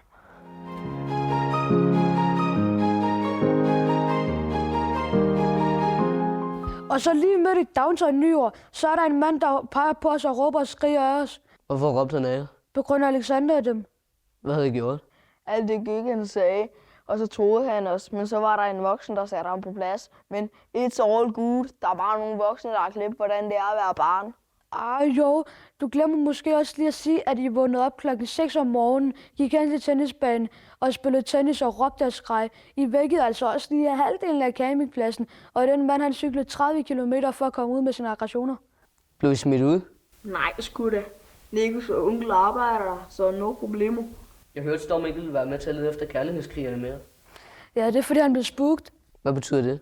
Det betyder, at det ham og Christian så på møen har gjort ham trist og angst. Ja, derfor at Krille ikke var i skole i dag. Nej, jeg tror, han er på ferie inde i København. Men han burde være tilbage i morgen eller i overmorgen. Men Nico har talt med ham. Nå, hvad har I ellers lavet i ferien? Jeg har faktisk været på fodboldskole. Jeg har ikke lavet det store. Og så gik hun hen i hjørnet og satte sig. Og så begyndte hun at knække sin blyanter, og så sådan helt... Hvad så, Christian? Har du haft en god ferie? Ja, hvad med jer? Jeg fik en 3. plads i dans. Ja, hun var mega god. Ej, sejt. Tillykke. Tak. Hvad er nogen af jer, der set Storm i dag? Nej, han var syg i går, og hvis også i dag. Han har det vist ikke så godt. Måske skulle hun ringe til ham. Ja, det burde jeg nok. Jeg prøver at ringe til ham i pausen. Nå, men vi ses ind i klubben. Jeg har lige noget, jeg skal sige til jer alle sammen. Vi skal derover. Vi skal mødes med Alec og Nico. Vi skal nok sige til de andre, hvis vi ser dem. Super. Ses senere. Nå, og så fordi Pau hun gerne ville bukke.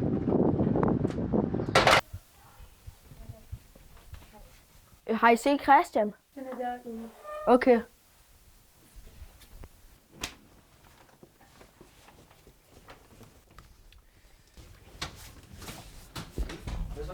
Fik du spillet lidt? Ja. En lille smule. Hvad var det? Vi er alle sammen spændte. Nå, kommer Silas ikke?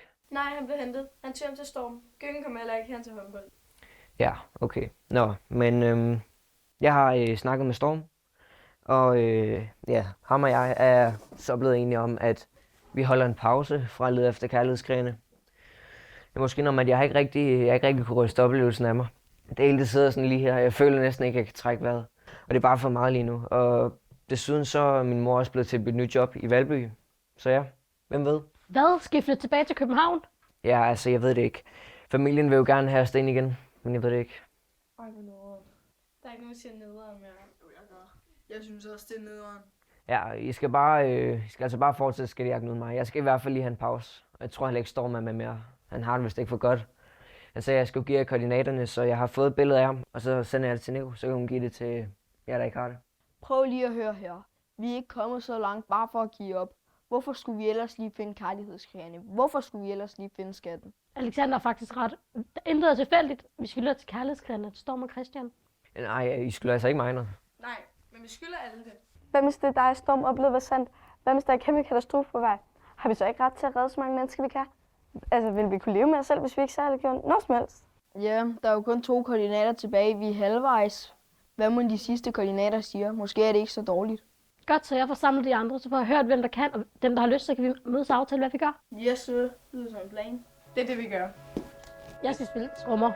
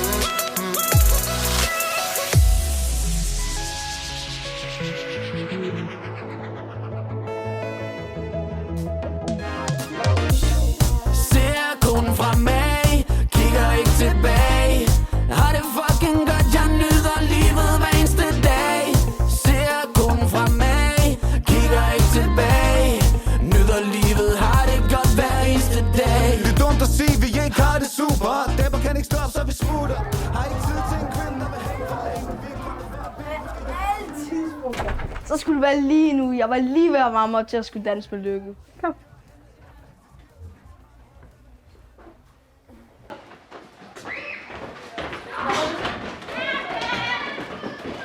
Altså, jeg ved godt, at oplevelsen på Møn har taget rigtig hårdt på jer, men vi har altså virkelig brug for jeres hjælp. Ja, Christian, og lad nu være med at sige, at du er ligeglad. Hvor du hele tiden spurgte, om vi har fundet ud af noget nyt. Jo, men altså, jeg ved jo stadig ikke, om jeg skal flytte. Nu lyder du som Pau. Det ene øjeblik siger du skal flytte, og det andet skal hun ikke. Ingen ved, hvad der sker i morgen, men det kan sgu hjælpe os i dag. Ja, og vi har virkelig brug for jeres hjælp. Hvad siger du, Storm? Den dag på Møn, ikke? Der døde en del af mig. Jeg har ikke følt mig levende lige siden. Jeg har levet i frygt, men jeg vil ikke leve i frygt mere. Det er ikke et liv, jeg har brug for at leve igen, hvis der er en kæmpe katastrofe på vej. Det har jeg så gjort, det er færdigt. Okay, jamen, så gør vi det. Hvad så nu? Altså, vi er ikke kommet særlig meget videre. Men vi har været næsten overalt. Men vi var ved Torby og Lille Musse, og på Torby Kirken var der nogle ekser. Men vi snakkede med en graver, som vi spurgte ham, om han kendte kærlighedskrigerne. Og han sagde, at der var et gammelt savn om, de havde til kirken, men flygtede til Engstofte, da de blev fundet. Ja, de er set alle steder og ingen steder. Der er også julemarked næste weekend, så... Teknisk set kan vi komme rundt og se det hele. Det var det, I tænkte, ikke? Ja, det var, hvad vi tænkte. Men Gud kan Silas og Paulina kan ikke den weekend, så gør de her med igen, på grund af, at der er virkelig mange bygninger. Jeg har haft god tid til at tænke i de sidste mange måneder. Jeg har også undersøgt kærlighedskrigerne kan til UFO'erne og disse energiportaler, eller hvad vi skal kalde dem. Det er vist ret åbenløst. Men er der nogen af jer, der nogensinde har hørt om Leylines? Nej, hvad er det? Det er åbenbart et sted på jorden, hvor energierne er meget kraftfulde. Kineserne kalder dem for Dragonlines, og i andre kulturer så kalder de dem for Dreamlines, altså drømmesteder. Det føles altså også som den vildeste drøm ved træet. Ja, og et mareridt på Møn.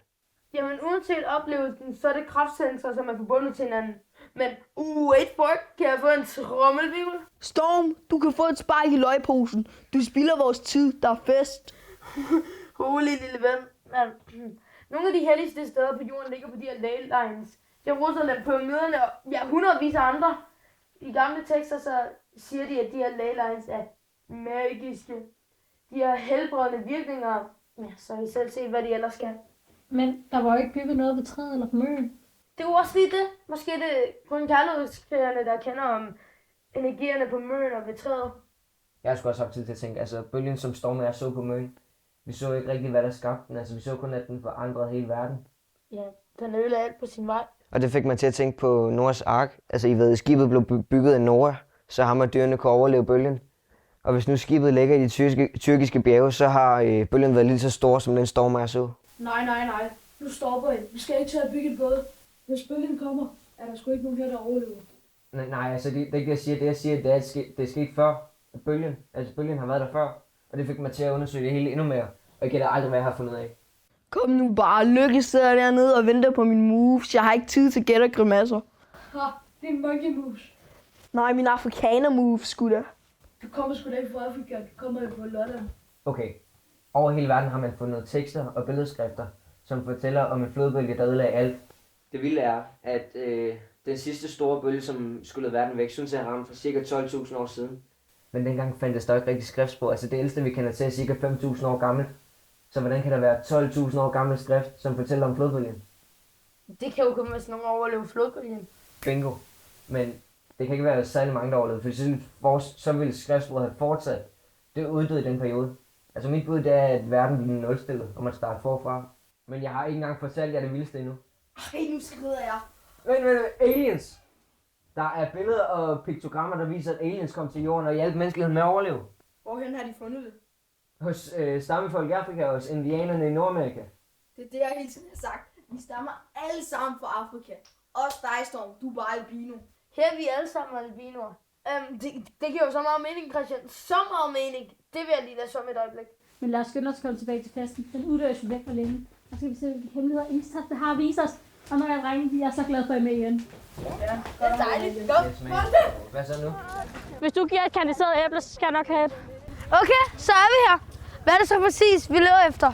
Altså, hvis det her sted har været et opholdssted for kærlighedskrigerne, så må det jo ligesom kirkerne og de andre steder have enten et X eller et X med en streg igennem. Så det laver to modsatte kurver. Eller noget andet, som beviser, at de har været her.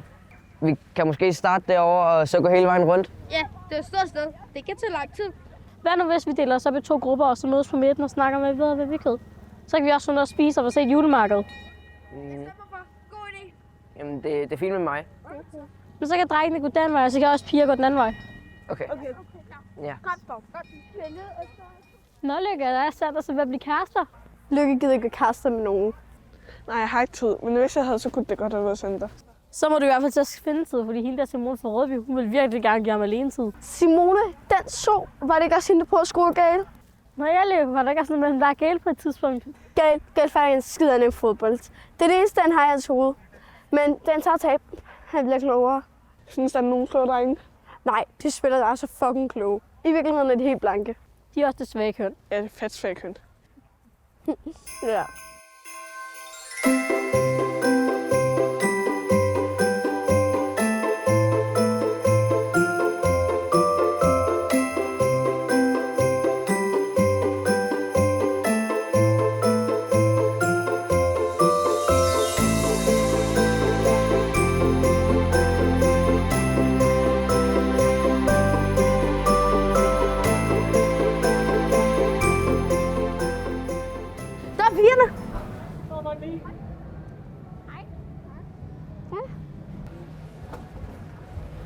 Hvad så, Lykkemus? Har I savnet mig? Ja, selvfølgelig. Det ved jeg godt. Ikke noget, der ligner et tegn på, at de har været her. Vi har gennemsøgt det hele, undtaget tårnet. Hvad med jer? Hvad fandt I? Vi fandt æbleskylde. Spiste der med dig? Og vi fandt en til min oldemors gravplads. Nej, det fandt ikke rigtig noget. Måske slet ikke noget her. Jeg forstår det ikke. Det giver ikke nogen mening. Vi kan ikke gøre mere i dag. Det er snart ved at blive mørkt. Ja, jeg skal også tage hjem. Jeg skal til dans. Jeg har så spist færdig og så skrevet. Ja, prøv. Hvad står der der? Hvorfor har vi ikke set det før? Der står, for lugen og tiden det gamle sank hen, så rejses fra grunden til det nye igen. Hvad betyder det? Altså, jeg ved ikke, hvad lugen betyder, men ellers lyder det lidt som om, at ud af det gamle kom det nye frem igen. Jeg googler det lige. Der står her, at lugen betyder lyset. Så der står lyset og tiden forsvandt, men ikke helt, for der voksede noget nyt frem af det gamle. Er det sådan, det skal forstås? Altså, det er sådan, jeg forstår det. Ja, men hvad forsvandt, og hvad kom igen i en ny form? Godt spørgsmål. Der er også 2 ridder med et øje. Altså, jeg ved det ikke. Eller er det bare mig? Men prøv lige at høre her. Der er 1 kugle på toppen, 2 cirkler, 3 stråler på lugen og 4 buer. Der er 2 betonklodser med 3 striber hver. Det er 6. Der er 7 murstensstolper, og nu bliver det lidt mere syret. Nu skal jeg bruge jeres fantasi. De 2 jerndæmser, hvis du vender den ene om og sætter oven på den anden, så bliver det til et 8-tal. Hvis du vender dem begge om og sætter sammen, så bliver det til et hjerte. 8-tallet er et symbol for evigheden, som også bliver til evig kærlighed. Hvad med 9? 9 er de 3 betonklodser i bunden med 3 striber i hver. Hvad med 0? Og du springer altså også 5 over. Det er fordi, der er 0 5'ere. Så giver det mening. Samme måde som Illuminati eller frimurerne brugte symboler på. Fedt. Fedt, at vi fandt noget. Ja, men hvad har vi egentlig fundet? Det ved jeg ikke. Vi må hjem og undersøge det hele lidt nærmere. Men altså, uanset hvad er der symbolik. Nogle ridder og et citat, der sagtens kunne stamme fra kærlighedskrigerne. Må ikke, vi skal til at gå? Jo, god idé. Vi ses på mandag, det var mega hyggeligt.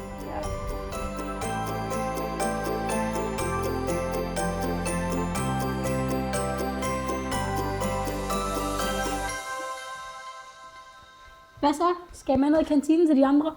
Nej, Silas har fået forbud. Han var lidt for rapkæft over på læreren. Så han skal blive her. Jeg bliver holdt ham med selskab. Hørte, at de fandt nogle hemmelige symboler på Engentofte. Ja, hemmelige og hemmelige. Men vi fandt der noget ved udgangen, men jeg tror godt, der var elever, der forstod det. Ja, jeg forstår det i hvert fald heller ikke. Slet ikke det med tallene. Men hvad ved jeg, jeg er også lidt en talidiot. Men jeg har tænkt mig over det der med lugen, eller lyset. Og med den lyse tid, der forsvinder, så må de være blevet overtaget et eller andet. En mørk tid. Jeg ved ikke, hvad jeg synes. Ikke, vi er i en mørk tid lige nu. Den kan da ikke blive mørkere. Først kom coronaen, og ja, så har der været kriser lige siden. Kan I huske, når en pakke smør koster over 50 kroner? Ja, hvad med brænder og benzinpriser? Min far sagde, at det hele var planlagt. Selvfølgelig er det planlagt. De rige bliver rigere, og de fattige må knokle hostel, som de altid har gjort. Men når jeg sad og søgte i går, og jeg har noget, som jeg virkelig synes, I skal høre. Okay, her er det. Der står en masse, så jeg tager kun noget af det. Der står, hvor Maribo Domkirke i dag er placeret, lå tidligere i det 15. århundrede et sted, der er kendt under navnet Skindinge. Det skyldes, at hver nat kunne observeres et skinnende lys, som er himmelskilt. Skinnende lys. Lyder det ikke som koordinat? Det giver da god mening, at domkirken ligger oven på et heldigt lys. Hvorfor har vi ikke tænkt på det? Fucking godt, Nico. Det bedste ledetråd indtil nu. Jeg skal altså med den her gang. Også hvis det betyder, at jeg skal aflyse dans. What? Lykke, du aflyser jo aldrig dans. Jeg skal også med, også hvis jeg skal aflyse en date eller 10. Nå, skal vi gøre det efter klub? Yes, jeg var snakket med Christian og spurgte, om han vil med. Og Silas, hvis du skal, kan du så ikke prøve at være bare lidt mindre, ja, jeg ved det ikke, bare ikke dig selv, ude blandt andre mennesker? Hey Nico, jeg har fundet ekstra til dig. Kom, Lykke, vi går. Nå, hvad så? Jeg hørte, du fik karantæne i spisepausen. Ytringsfriheden er død. Lusalise, det mest kedeligste menneske på jorden, kommer så ind til klassen og siger, nu skal vi høre om noget spændende. Ja, og så sagde han til hende, dejligt, så slipper vi for at høre mere om dit røvsyge liv. Ja, og så fik jeg karantæne for at sige, det alle andre tænkt. Det skulle da ikke min skyld, Lusalises liv er ændret sine. Silas, du har altså også været grov for hende nogle gange nu. Kan du huske dengang, vi havde seksualundervisning, og du sagde til hende, at hun var den perfekte reklamesand, hvorfor man skulle bruge prævention? Men er det løgn? Nej, man må heller ikke sige sandheden længere. Du virker ikke som dig selv i dag. Bare træt. Jeg sov helvede til. Og hele dagen har jeg bare tænkt på det der med lunen og lyset vender tilbage. Kan I huske i A-games-lokalet, da vogteren skrev, i sidste time på yderste dag graver skatten frem og X vender tilbage. Hvad nu hvis tiden, lyset og X er det samme?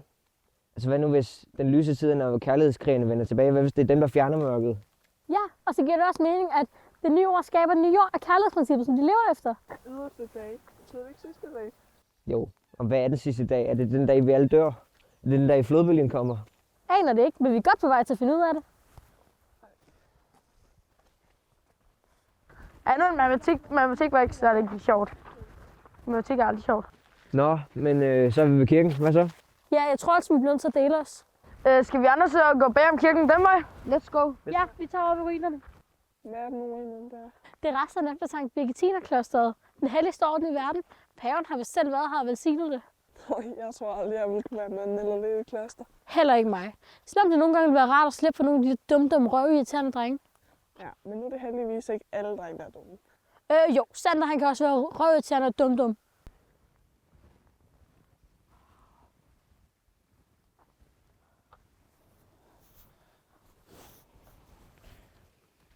Se, pigerne, de skinner. What the fuck? De må have fundet koordinatet, kom. I fandt det! Fedt! Jeg havde helt glemt følelsen. Ja, den er intens. Se der! Himlen åbner sig. Er det en portal?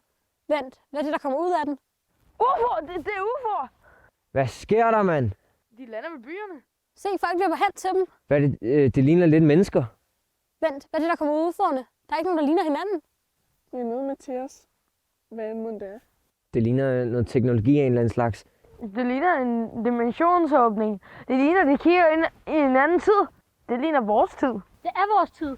Se, der er Eiffeltårnet og Frihedsguden i New York. Nej, bølgen ikke igen. What? Hvorfor ser vi nu jorden ude fra rummet igen? Wait, what? Den deler sig. Jorden deler sig i to. Jorden, der er to jordkloder. Den bliver ved med at dele sig. Den deler sig som celler. Se, der er ikke en bølge på dem alle sammen. Der er ikke en jord, der er ens. Prøv at se, hvor mange der bliver ramt af katastrofer. Det er forfærdeligt. Dem, der stråler i regnbuens farve, har der meget bedre end de andre. Kan I se det? Menneskerne stråler også meget mere. Det hele stråler. Det er menneskernes vibration, som hæver klodens vibration. Kig, hvordan alle energierne former sig i lys og kærlighed. Det er alle de kloder, der rammes af meteorer. Det er ikke meteorer, det er atomvåben. Det er 3. verdenskrig. Nu deler de sig endnu hurtigere. Er det mulige tidslinjer, vi kigger på? Det må være muligheder endnu. Stephen Hawking snakker om det multivers, at alle tænkelige scenarier optræder samtidig. Hvilket et er vi i? Desværre nok ikke et af de smukke. Jeg føler, hvor 12 jeg kan. Det er også her, der ikke fungerer og forberedt til. Sille, er du med os? Kom, vi må ned herfra. Hjælp ham lige, Christian. Så det du siger, det er, at vores jords tilstand afhænger af, hvordan vi opfører os? Ja, men ikke kun hvordan vi opfører os. Det er også mere, hvordan vi tænker og føler. Det er næsten som om vi er en del af planetens hjerte. Det er umuligt at forklare. Christian! Silas, vel! Hold kæft, du er i dårlig form. Min 12 år gamle halvblind, hun er i bedre form end dig jo. Giv mig lige til kom. Nu siger jeg det bare. Jeg giver dig altså ikke mund til mund, hvis du pludselig vælter rundt. Tak, Silas, men du er heller ikke min type. Hvad så, Storm? Jeg kan være med, at jeg ved, hvad du drømte om i nat. Okay, hvad drømte jeg? Du drømte, du var med os andre, og du var ved en portal, hvor UFO'erne kom ud af. Ja, det var ved en stencirkel ved vandet, og så var der sådan en mærkelig lyd, og så var der en intens vibration. Ja, vi tror, at stencirklen er en masse statuer af hoveder. Jamen, hvorhen? Cirka 25 km den vej. Snart ikke noget, der overrasker mig mere. Pas på med at sige det.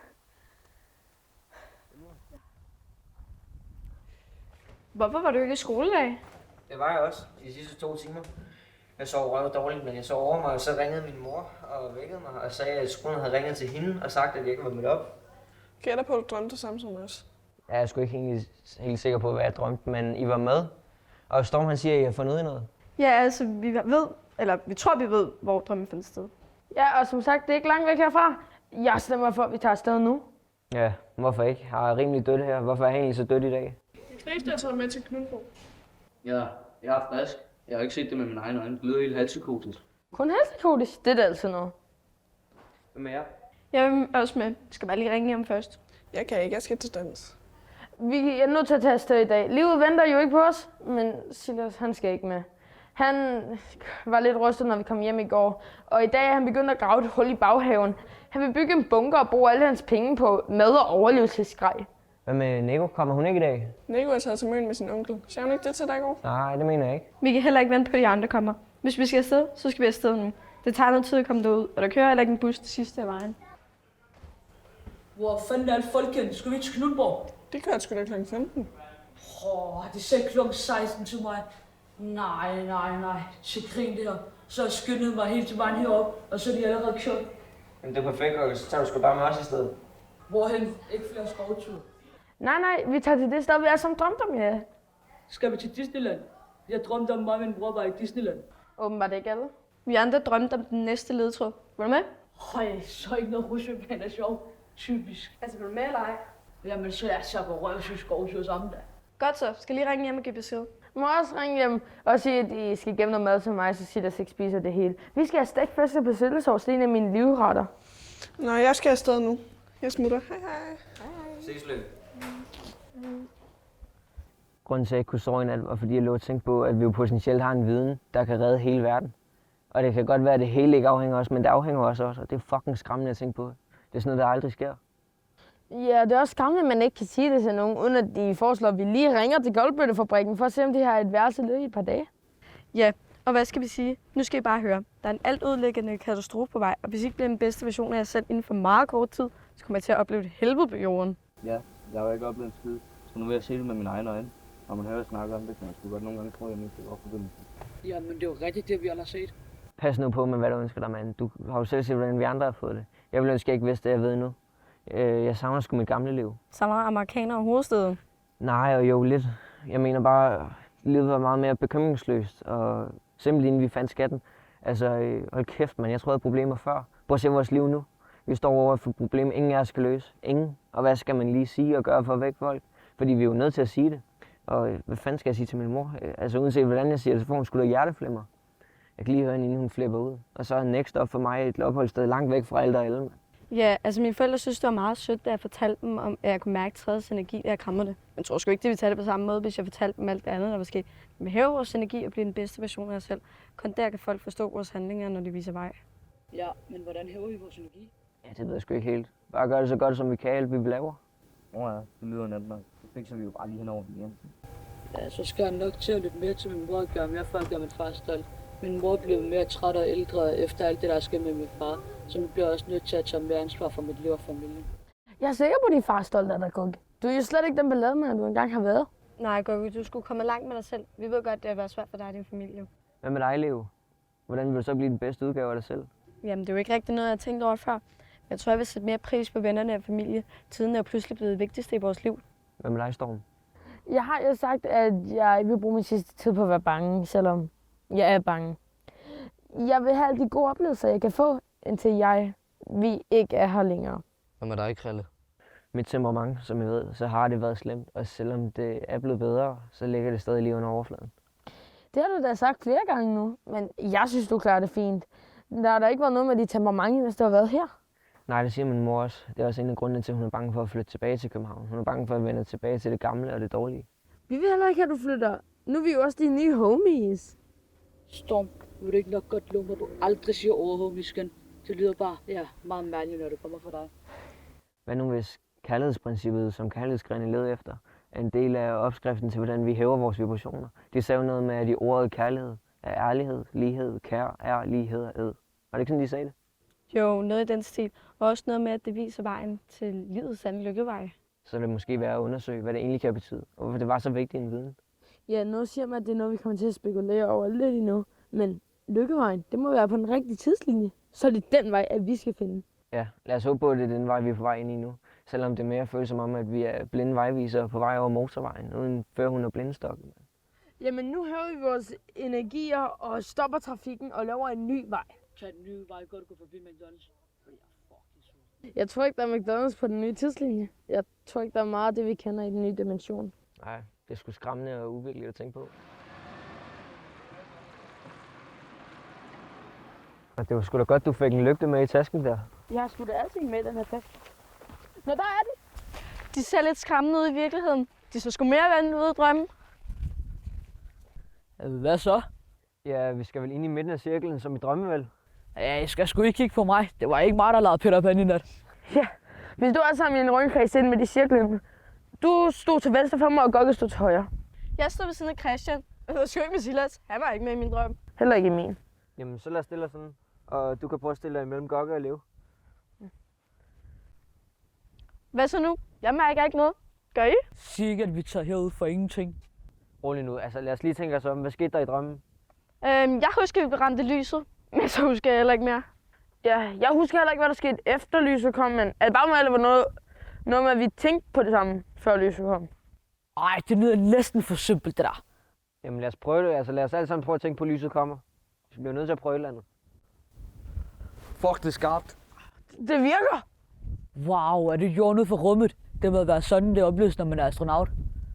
Det ser så lille skrøbeligt ud, som et stålkomp i stjernehimlen. Se, der er en stor statue af Jesus i Brasilien. Og kunne du se mig rundt? Der er vi lige været. Jeg tror, det er vores tidslinje. Men hvad skal den lige fra jorden? Den deler sig ligesom sidst. Der er 3 jorder, de stråler helt forskelligt. Ja, den ene nye jord, den skinner næsten ikke. Den ser syg ud, men den anden holdt op.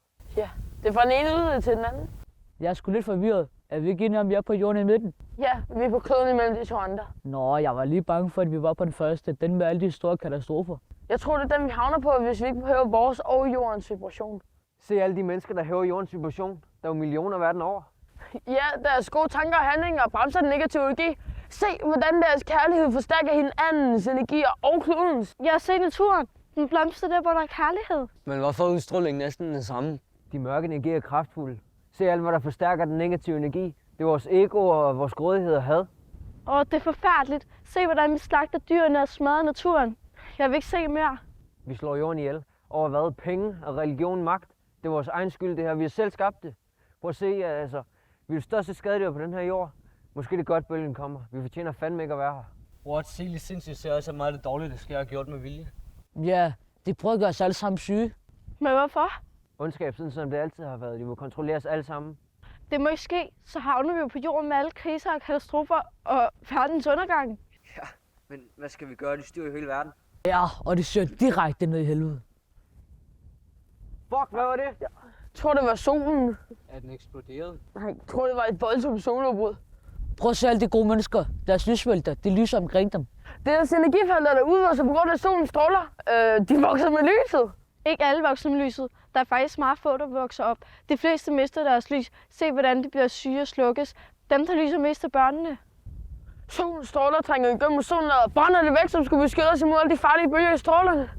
Klodens dårlige energier må svække det solen, og det er jo derfor, at der så mange lys og slukkes. Så, nu kommer UFO'erne igen. Det ser ud som om, de henter alle dem, der lyser op. De gode mennesker forsvinder op i UFO'erne. Det er jordskælv. Der er jordskælv overalt. Jorden brækkes i stykker. Ja, og vulkaner springer som fyrværkeri. Det er jordens kerne, der bliver opvarmet på grund af strålerne. Den roterer hurtigt på grund af dem. Polerne er ved at skifte plads. Se bølgen rejse sig. Den er helt over skyerne. Wow, ser I det? Nu vælter vandet helt over jorden. Den oversvømmer alt.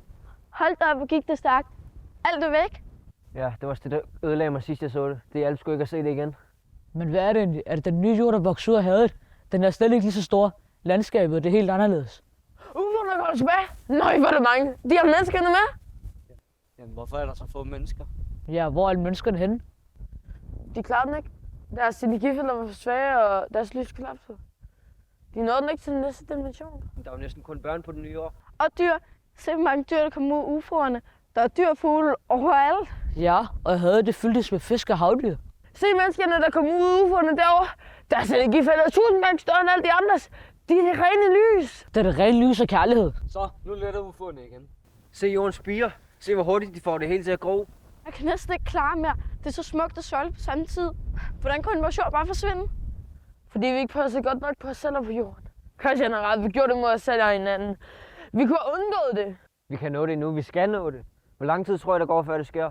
Jeg tror, det er ved at ske. Vi kan allerede mærke, at energierne på jorden er blevet meget mere negative. Vandet er blevet meget mere syre, og man kan mærke, at der er noget på vej.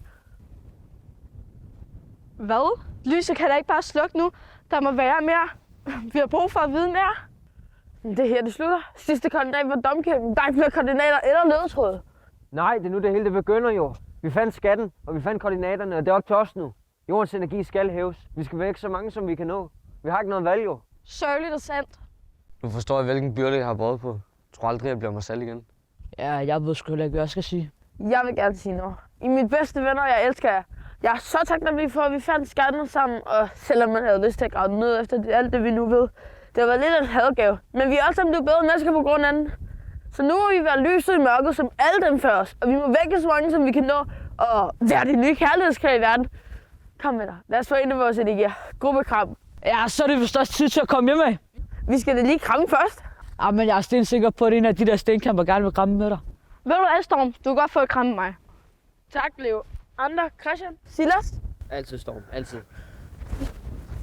Og prøv at høre, Storm. Det er første og sidste gang, du får et kram af mig. Du må hellere til at komme hjem. Okay, hold da kæft, det har været en lang dag.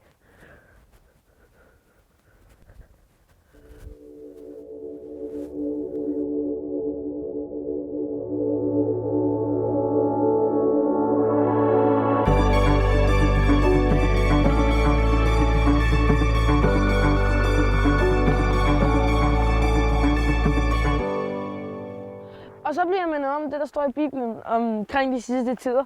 Det var noget med, at millioner og millioner af mennesker pludselig forsvandt ud i den blå luft. Kunne det være UFO'erne, der hentede dem? Ja, det kan jo i hvert fald ikke udelukkes.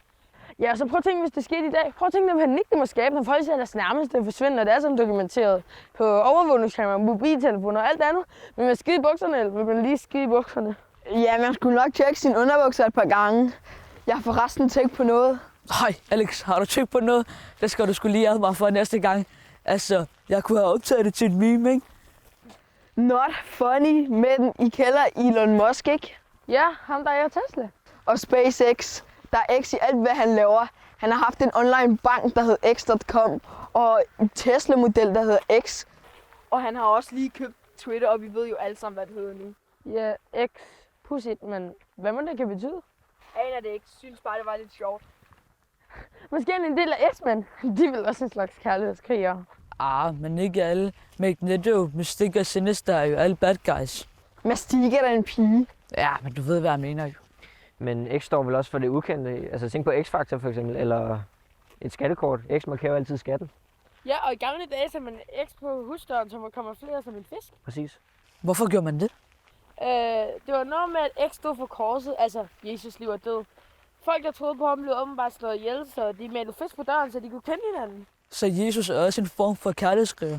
Han prædikede i hvert fald ikke om andet. Hende præsten, der konfirmerede mig, snakkede ikke om andet.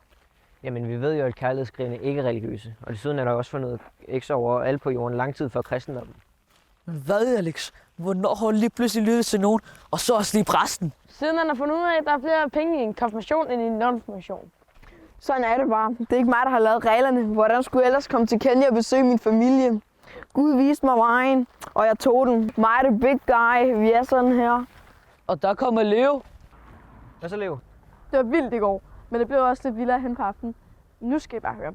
Jeg blev jo hentet af min søster og hendes kæreste i går, ikke? Og vi skulle så sætte Michael hjemme som selv i Holeby. Og så kommer vi forbi sådan en fabrik, og så spørger min søster, hvad de må lave der, ikke?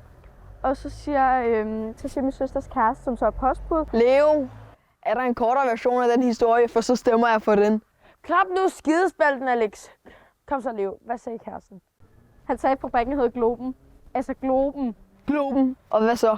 Ja, i brevet for kirken på nyår stod der, vi passer på Globen.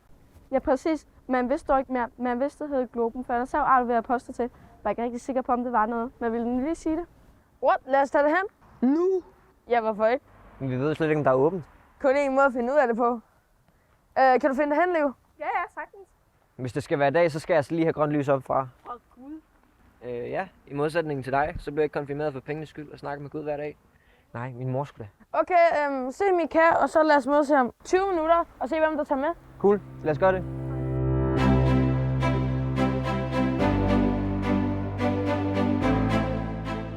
Sjovt. Ej, men vi kan også se os lidt omkring. Hvis du møder nogen, ikke også, så spørg ind til stedet. Og hvad skal vi så spørge om? Undskyld, er det her kærlighedskrigerne holder til? Du kan godt selv høre det, ikke? Og så starte med at prøve at finde en dør. Der er åbent her.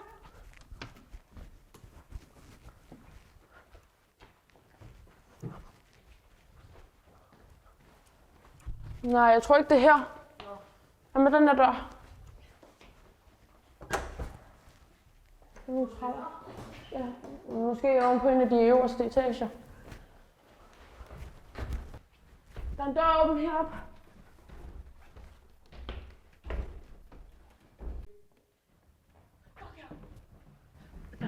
Tror de er kærlighedskrigerne? Hvad fanden skulle det ellers være? Hvad laver de? Det ligner, at de sender kærlighed til jorden. De helbreder dem med deres tanker og følelser. Kan I ikke mærke det? Man kan ikke se, hvem de er på grund af deres masker. Lad mig se, jeg vil også se. Alexander! Hold kæft, Leo! De kommer den vej ud, vi skal ud!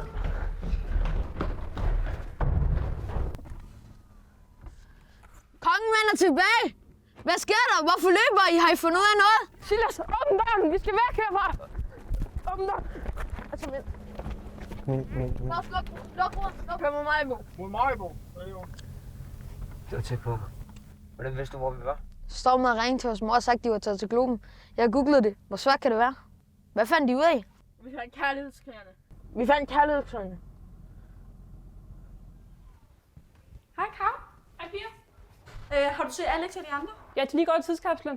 Ej, de skulle vente på os her. De ser en fed besked på vogteren på telefoner, som siger, at de har et brev gennem til tidskapslen og Falster. Det lyder godt nok vildt. De vil spørge på nogen, der fandt brevet før jer. Det lød sådan, at du kan godt lide at skrive. Hvad skal vi have til aftensmad? Pasta og kødsovs. Lækker, vil du med ham på mad? Ja da. Kom, Lykke. Lad os gå ned til de andre. Farvel, Kav. Det lyder sjovt. Jamen, det var altså rigtig sjovt. Var det det? Det lyder meget sjovt. Bare vi også gjorde det. Det tror jeg, vi kommer til. Nå, der er I. Det var I længe op. Hej, Kav. Og på vej op til Nico. Lykke snakker med hende. Nå, og jeg ikke kunne da godt ved at sende et snap, så vi vidste, at vi skulle mødes her. Er det Pau? Giv mig den lige. Pau, det var noget, jeg blev nødt til at sige til dig. Jeg har ikke kunne få mig selv til at sige det længe, men jeg føler bare, du skal vide. Det skulle du bare, Pau. Nogen skal der hundetræningstemperament. Jeg troede, I gik og kaldte jer selv for bitches, eller er bare nogle bjefne chihuahuaer. Ej, okay, Jeanette. Og jeg ved, at noget, der faktisk skulle du have ændret dig. Nå, men har jeg åbnet brevet? Nej, ikke nu. Vi ventede på jer. Men lad os åbne det. Kom nu, Grille. Og der er et æg på bagsiden. Ja, der står. Det der er vores sidste kontakt til jer. Vores tidslinjer forenes og skilles her. Det er sådan, det skal være. For jeres og vores sikkerhed. Der er dem, som ikke ønsker, at denne viden kommer ud i verden. De vil gøre alt for, at det ikke sker. Vi må sikre at beskytte denne viden, og samtidig få den ud til så mange som muligt. Alle må være forsigtige.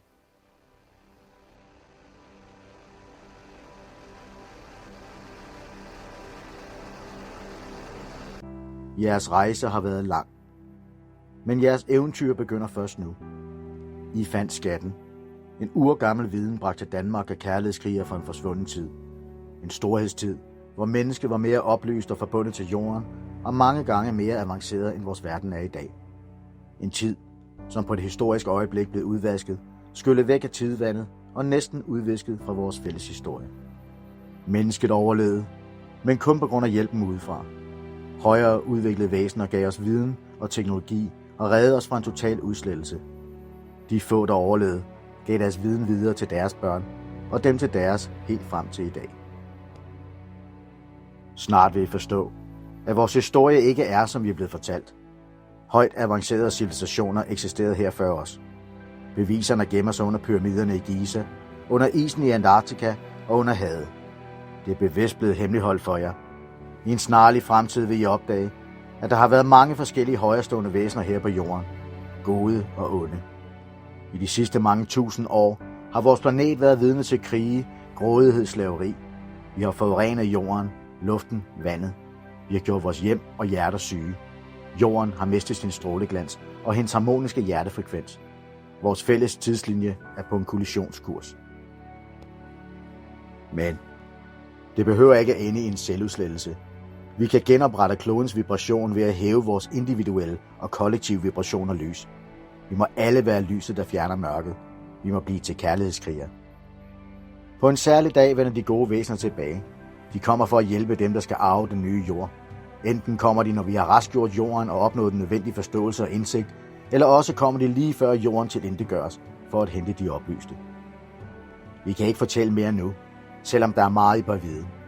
I tidskapslen ligger der dog en sidste besked til jer, en profetisk advarsel og et kompas til den rigtige tidslinje og næste dimension. Må lyset og kærligheden være med jer alle. Og husk, kærlighedskriger taler alle sprog og altid med samme tunge. En kærlighedskriger er en sandsiger, en person, der kæmper for dem, der ikke kan kæmpe for andre eller dem selv mere, og som ikke ignorerer uretfærdighed eller lader sig tyrannisere, men vælger at reagere og inspirere, så andre kan transformere og avancere ved hjælp af kærlighed, visdom og meget, meget mere. Danmark er bygget af kærlighedskrigere, sjæle med mod og ære, og I er bestemt også på vej til at blive sande kærlighedskrigere og værdige danske fanebærere. Men hør, kærlighedskrigere skaber kun venner og aldrig fjender. Alle på livets vej er elever og mestre, også dem I endnu ikke har mødt eller kender. Forstå, et rent hjerte fuld af ærlighed fører til en højere bevidsthed af lighed og skaber mere næstekærlighed. Og vid, at det ikke handler om at være den klogeste, den rigeste eller den bedste, men den mest troværdige, retfærdige og kærligste, især over for de svageste, jeres næste og nærmeste.